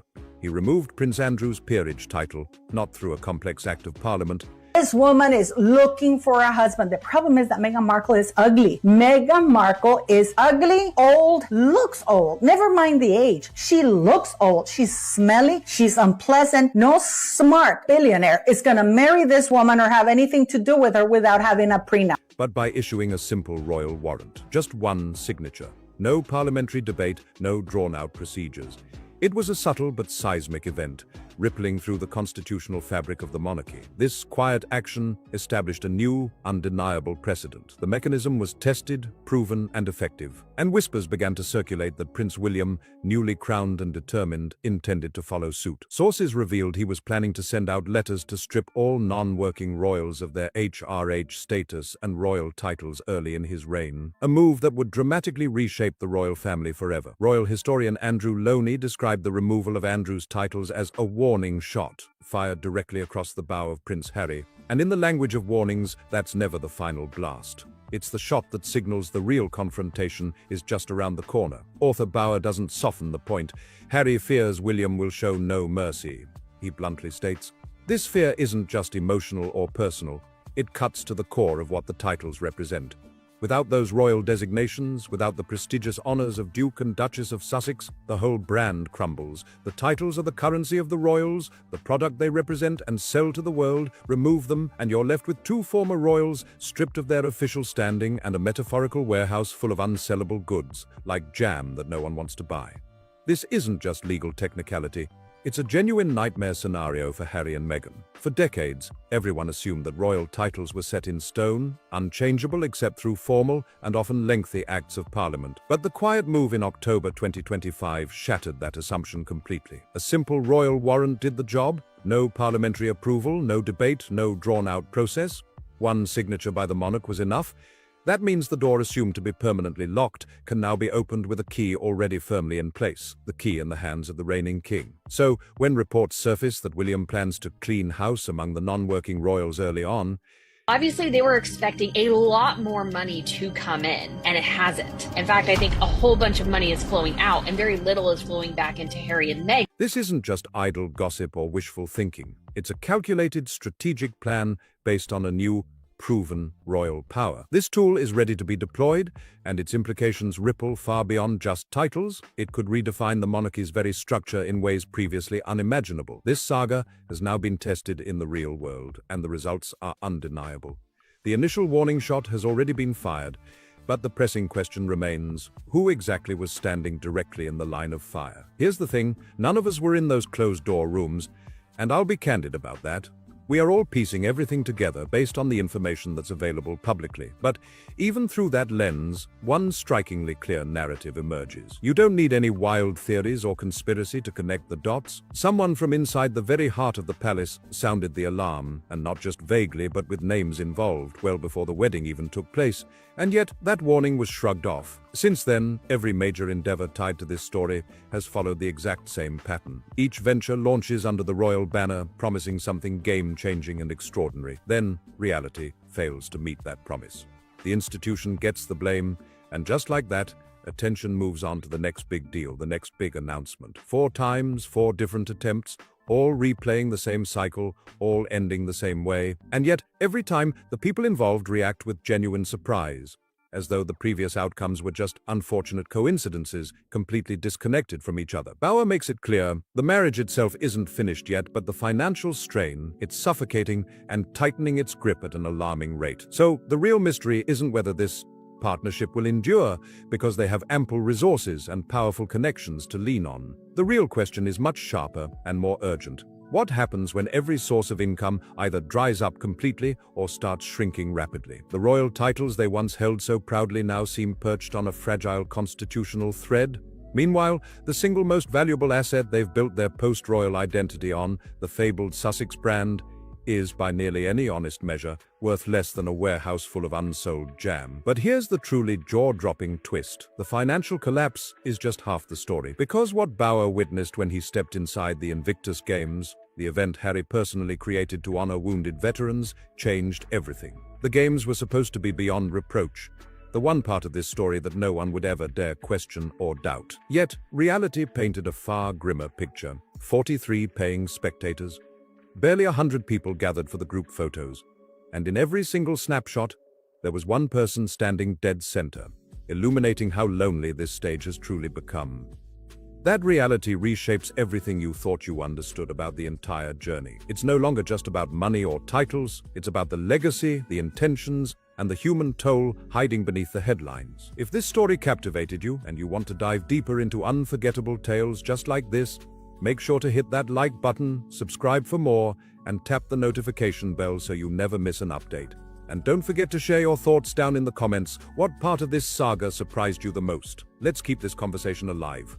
And Meghan Markle from the British royal family are being erased, and this is far more significant than just the destruction of their former home. No matter how much they try to portray themselves as pseudo-royals, and I think you can see quite clearly on the part of the Duke of Sussex an attempt to try to open up an avenue to return to the fold. Charles has made it very clear that he wants Harry back. You know, we saw it in Harry's book. Don't make my life a misery, but don't make my final years a misery, boys.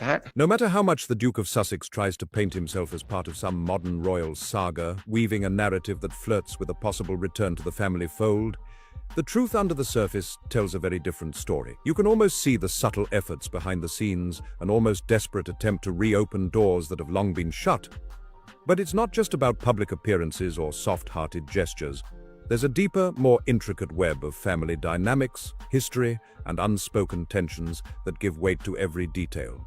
Especially when we talk about that infamous cottage. Here's where the real intrigue starts. A seemingly simple piece of property, left empty for years. So much so that even Prince Andrew, who's faced so much scrutiny and challenge, refused to make it his home. Think about that for a moment. Why would not one single member of the royal family want to step foot inside this house? Why does it sit there, quietly overlooked, untouched, almost erased from their own map? The questions alone hang thick in the air. Seems as it's been revealed through The Sun that assessments are being made of the property to see if it can be split yet again into either multiple residences, and basically to erase every single trace of Harry and Meghan on the property. And that is a really fascinating revelation. A huge blow up, a big fight around Harry's plans for summer return to the UK, including spending time at Balmoral, potentially, and reconnecting with the king. Begging for answers that are far more revealing than any official statement could ever offer. This isn't a tale about bricks and mortar or a humble cottage forgotten on the royal estate. It's a reflection of deeply held feelings about a very specific individual who once called it home. And let me tell you, the story from here dives into some pretty dark, uncomfortable territory. Things that the sympathetic headlines will never dare to print. The glossed-over narrative tries to portray a longing, a gentle yearning to return, a wistful ache for the mornings wrapped in mist during chilly winters, a tender nod to simpler times. But behind those soft images lies a much sharper truth. One that paints a bleaker picture than you might expect. The reality is tangled, raw, and far from the cozy scene the public is invited to believe. Picture this: a serene lawn, bathed in soft sunlight, the gentle hum of family laughter floating in the air. At first glance, and of course, there was a lot of criticism about what Harry and Meghan, let's say, did. You know, they had to add a yoga room, a 5,000-pound copper tub, and all these sorts of things because Soho House, of course, was involved. I still am absolutely flummoxed by Meghan Markle's obsession with Soho House. I feel like I need to stay there one time and maybe, just maybe, I will understand, but I doubt it. It's just a place to lay your head, I guess, and hang out. And then obviously Harry and Meghan left the room. it almost feels like a picture-perfect moment, right? But peel back that calm soundtrack, and suddenly a much tougher reality comes into sharp focus. Beneath all the polished images and public appearances, the truth is clear. The man at the center of this story needs money. Take a hard look at the empire they painstakingly built, the one that replaced the legacy they left behind. It's not as golden as it seems. Consider the As Ever brand, Meghan's ambitious solo venture, the bold statement meant to show she could shine without the crown. Yet, every credible insider and report paints a troubling picture. This dream is struggling, deeply tangled in financial woes. And then there's the supposedly game-changing new product designed to pull everything out of the slump. Matches. Yes, you heard that right. boxes of matches. It's almost surreal when you stop to think, this is a woman who once stood on the grand steps of a royal wedding, witnessed by a global audience of billions. Now, her business hopes hinge on selling matches, but it gets even more surprising. The matches couldn't even sell by themselves. Reportedly, they had to be bundled, packaged alongside other items, combined into gift sets, anything to push units off the shelves. Without these add-ons, the products simply wouldn't attract buyers. And if you know anything about branding, this is a major red flag. When a brand has to glue freebies or extras just to encourage purchases, that's not a sign of luxury. That's the sound of a label struggling to keep afloat, far from the elite, coveted brand one might expect. Initially, the house was actually subdivided into multiple sections because it was actually a residence for multiple staff members. So there was a process undertaken to redo the property, make it go from a multiple family residence to a single family residence. And of course, this was to the tune of millions of pounds. Some of those structural changes, these sorts of things, I'm sure were needed to upkeep a property. There's so much you could talk about with Frogmore. Obviously, it was the home that Queen Elizabeth II gave to Harry and Meghan for their wedding. Now, gave is a very, let's say, in some ways misleading. It was sort of lent to them officially, unofficially. So how it works in the British monarchy is that there's a series of properties that belong to what is known as the Crown Estate.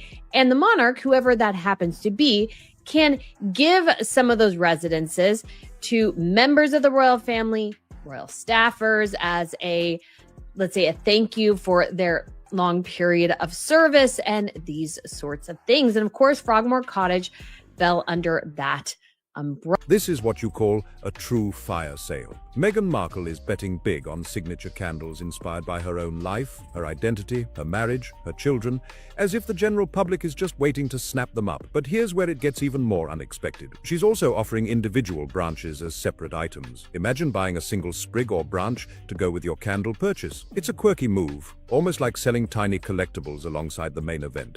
It seems like a clever way to entice buyers who might hesitate to commit to the full scent collection. Of course, I'm willing to bet she's quietly stocking far fewer of those branches compared to the more prominent signature candles, because that's where the real push is. What's most interesting here is how minimalistic this whole approach feels.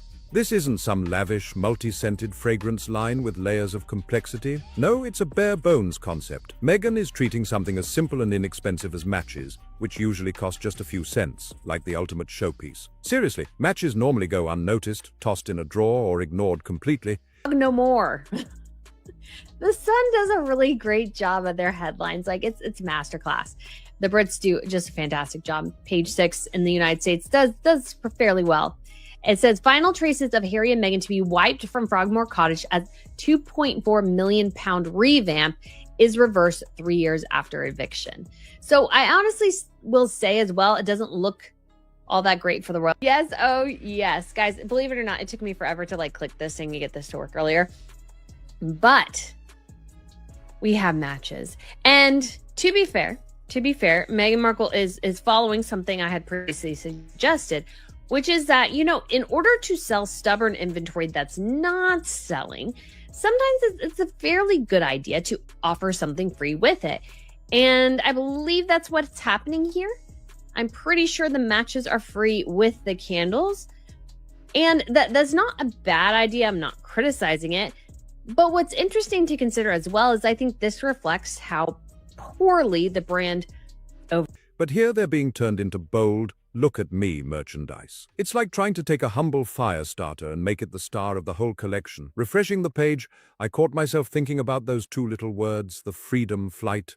He was out, truly free, running as fast as he could to escape, desperate to make sure everyone knew he was gone for good. But here's the twist about freedom. It doesn't always feel as sweet as it seems when the money starts to dry up, when those doors you thought were open start to close one by one behind you, when the buzz and excitement fade and cold reality sets in. It's a whole different kind of freedom. The feeling shifts from celebration to something quieter, more uncertain. That's the real story unfolding here, beneath the glitz and glamour of scented candles and fancy matches. A story of what happens when the spotlight dims and you're left facing the sound of those doors shutting behind you, echoing in an empty space that once felt full of promise. That once cocky, smug remark, it's come back with a vengeance. Meghan Markle thinks that signature candles based on herself, her marriage, and her children are going to sell to the broader public. And she thinks now, if the matches are offered individually, she thinks, let's say, offering those matches individually is going to get people to buy some as well, though I'm sure she's going to stock much fewer of those and much, much more in this signature scent collection to get this collection to move. And this is just such a bare bones basic idea. She is treating this matches, something you can get for cents, like 50 cents, 25 cents. She's offering matches as like sort of a huge look at me style item. Now, if I refresh this page, is this haunting him every step of the way? The British public hasn't forgotten it, not even for a moment, because now here he is, turning back to the very system he distanced himself from, hat in hand, hoping for mercy from a Home Office review on his security arrangements. He's pleading desperately to have his taxpayer-funded protection reinstated so he can slip in and out of the country whenever he pleases, without a care in the world. But the reaction from the public? It's been merciless and sharp. The message is crystal clear. No more state-funded bodyguards for a man who isn't even a working member of the royal family. He made a choice, he took his freedom, and now he can handle the costs on his own. The argument isn't just straightforward. It lands like a thunderous blow. You don't get to disrespect the institution, walk away from your commitments, jet off for your California dream, and then expect everyday British citizens to foot the bill for your personal security. But here's the crucial piece many might overlook. This fight isn't just about expenses or pride. That security detail? It's far more than just bodyguards. It's a golden ticket, a master key, granting him the rare privilege of truly living in the UK without constant fear or threat. Sort of view on why people are so fascinated in the sort of fall of the House of Sussex is it doesn't reflect particularly well on the human heart, but there's a great concept in Greek tragedy and Greek drama called the chastisement of hubris, the chastisement of arrogance, the chastisement of, and I think that's why people remain fascinated by this story. Why on one hand they're like, oh, I hate her, I never want to see the sight of her again, I can't bear it. But the other side, we can't help reading about the latest disaster to befall them with the sight, and it's because of what they did to the royal family. Is because of the way they left, saying that they were going to redefine service, that this was going to be a whole new world. And that daily life, that presence on British soil, is the very foothold he needs to re-establish a place within the family circle. That's exactly why there's such fierce resistance. So many people are determined to make sure he never regains that foothold, that connection, that access. Because this isn't just about physical safety, it's about power, identity, and the continuing story of loyalty and belonging. Not a single penny of the security requested. Deny that, and you're effectively snapping shut the door on any hopes of a full comeback. One bold move erasing months, maybe years of effort. Harry had been fighting tooth and nail just to secure that lifeline to pave the way back into the fold. But while all of that was unfolding, something far more volatile was reportedly storming through the very heart of his home life. Picture this. Harry, sitting at the kitchen table in their Montecito sanctuary, maps and itineraries meticulously spread out before him like a battlefield plan. He was crafting a hopeful vision for the summer, a chance to reconnect across continents and generations, a heartfelt journey through Europe, then a pilgrimage to Balmoral, where the children might finally meet their grandfather. The king's health was reportedly fragile, treatments ongoing, and this trip could be a rare, precious opportunity for family ties to mend and strengthen under difficult circumstances. Then, like a thunderclap, the news reportedly dropped. King Charles has been facing a lot of accusations lately that he is behind some type of attempt to secretly return Harry and Meghan to the UK. It's been discussed as something called Operation Thaw, which has seen a whole load of political figures from Yvette Cooper to Boris Johnson sort of be sent out to try and make the British public believe that we in some way should give Harry another chance. But I think this is some real pushback, and it's making it clear, is it not, Ray? Here they spent £2.4 million, originally of taxpayer money, which they later then paid for themselves, in order to put in these yoga studios, to put in all these copper baths and so forth. So much for living within your means. And now, of course, all comes to naught. It's quite a nice luxury to be able to spend 2.4 million without even thinking about it. But yes, I think the messaging here is quite clear. There is no place for them within the royal household, within the royal entourage, no matter how much they try to portray them. Drenching those aspirations in ice. Word filtered into Meghan, crystal clear and cold, that William and Catherine were drawing an unbreakable line in the sand. No Sussex presence, no family drama anywhere near their summer plans, absolutely no contact. The message was simple and devastating, ripping apart Harry's careful plans in an instant. And Meghan, according to these accounts, exploded. What began as a tense disagreement quickly spiraled into a heated confrontation, emotions flaring in a way that no one could have anticipated. The bombshell moment that has been whispered around, the line that reportedly made Harry freeze. Meghan allegedly told him that if he wanted to go back to Britain, he was welcome to do so alone. But she and the children, they were staying put, right where they were. No trip, no reunion, just a heartbreaking standoff that threatened to unravel everything Harry had been hoping to rebuild. Imagine being trapped in a tug of war where every pull rattles your very identity, caught between two worlds so different, yet each claims a piece of your heart. On one side, there's the life he painstakingly built, rich with memories and responsibilities. The thaw may be coming from Buckingham Palace, certainly from the part of the office of the Prince and Princess of Wales. Things are as frosty, if not frostbitten, as ever. Well, that's what I was going to ask you, Rafe. Does this not show that actually it's Kensington Palace now that calls the shots on a lot of these big concerns of the future rather than Buckingham Palace? And part of that is because of the King's health battle and the fact that a lot of people feel that the, I guess, gravitational sort of direction of the monarchy is now being led by Prince William. And William is absolutely categorical. On the other, the life he left behind, a shadow of family ties that never truly fade. Both sides are pulling him hard, demanding he choose one and forsake the other. Now, after a particularly explosive confrontation, Meghan reportedly grabbed her suitcase and boarded a plane to Switzerland, leaving Harry behind in California. An ocean of silence growing wider between them as their conversations grew cold and distant. You might think, isn't this just a typical spat between a married couple? Who hasn't had heated moments and days of silence? But beneath this ordinary quarrel lies a deep seismic fracture. Harry's heart is anchored to Britain. No matter where life takes him, there's a magnetic pull that never quite lets go. Meanwhile, Meghan craves the exact opposite. Freedom, sunshine, and the sprawling landscapes of California, far from the shadows of the past and royal expectations. When one partner is yearning to reconnect with a past world and the other is determined never to look back, it's more than just a disagreement. It's a profound realization that their visions of the future are drifting apart, revealed in painful real time. And the story doesn't end there. What happened the moment Meghan landed in Switzerland will surprise you. She flew into Geneva with high hopes, a significant chance to prove herself on the world stage. She was scheduled to attend a major event hosted by none other than the World Health Organization. Okay, what is? According to reports, Meghan was furious after hearing claims that she and the children would not be welcomed by William and Catherine, leading to what began as a disagreement into what insiders describe as a showdown. Okay. Now, these claims come from an unnamed source and have not been independently verified. But let me just say something. It makes sense.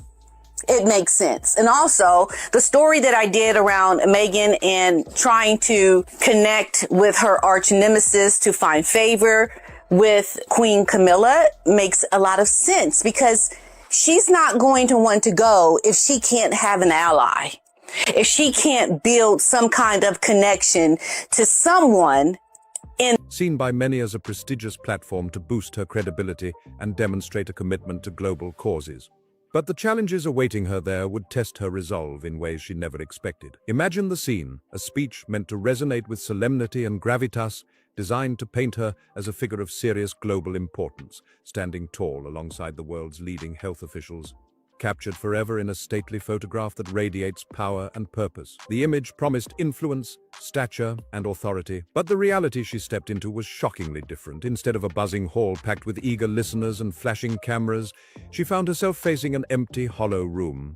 The only other presence, a solitary journalist, the rare and possibly the only foreign reporter who had deemed the journey worth making. This wasn't the bustling press event the public had been led to expect, it was a ghost town. The turnout was so pitifully sparse that it birthed a scathing remark that stuck like a stubborn stain. Now, the trouble reportedly started when Harry began planning what he had hoped would be a meaningful summer in Europe. And does it not make sense? He wants not a vacation. He wants a reunion, a chance for Archie and Lily to spend time with their grandfather, King Charles, a chance to reconnect with his roots, a chance to remind his children where they come from. But then came the information that allegedly changed everything. According to a report, Meghan learned that William and Catherine supposedly wanted nothing to do with the Sussexes and did not want family tensions disrupting their time in Britain. Echoing long after the event faded from memory, the number of attendees could barely fill a British phone box. Yes, just 10 people in total. That's right. After all the hype, the elaborate build-up, the inflated rhetoric promising a grand statesman-like moment,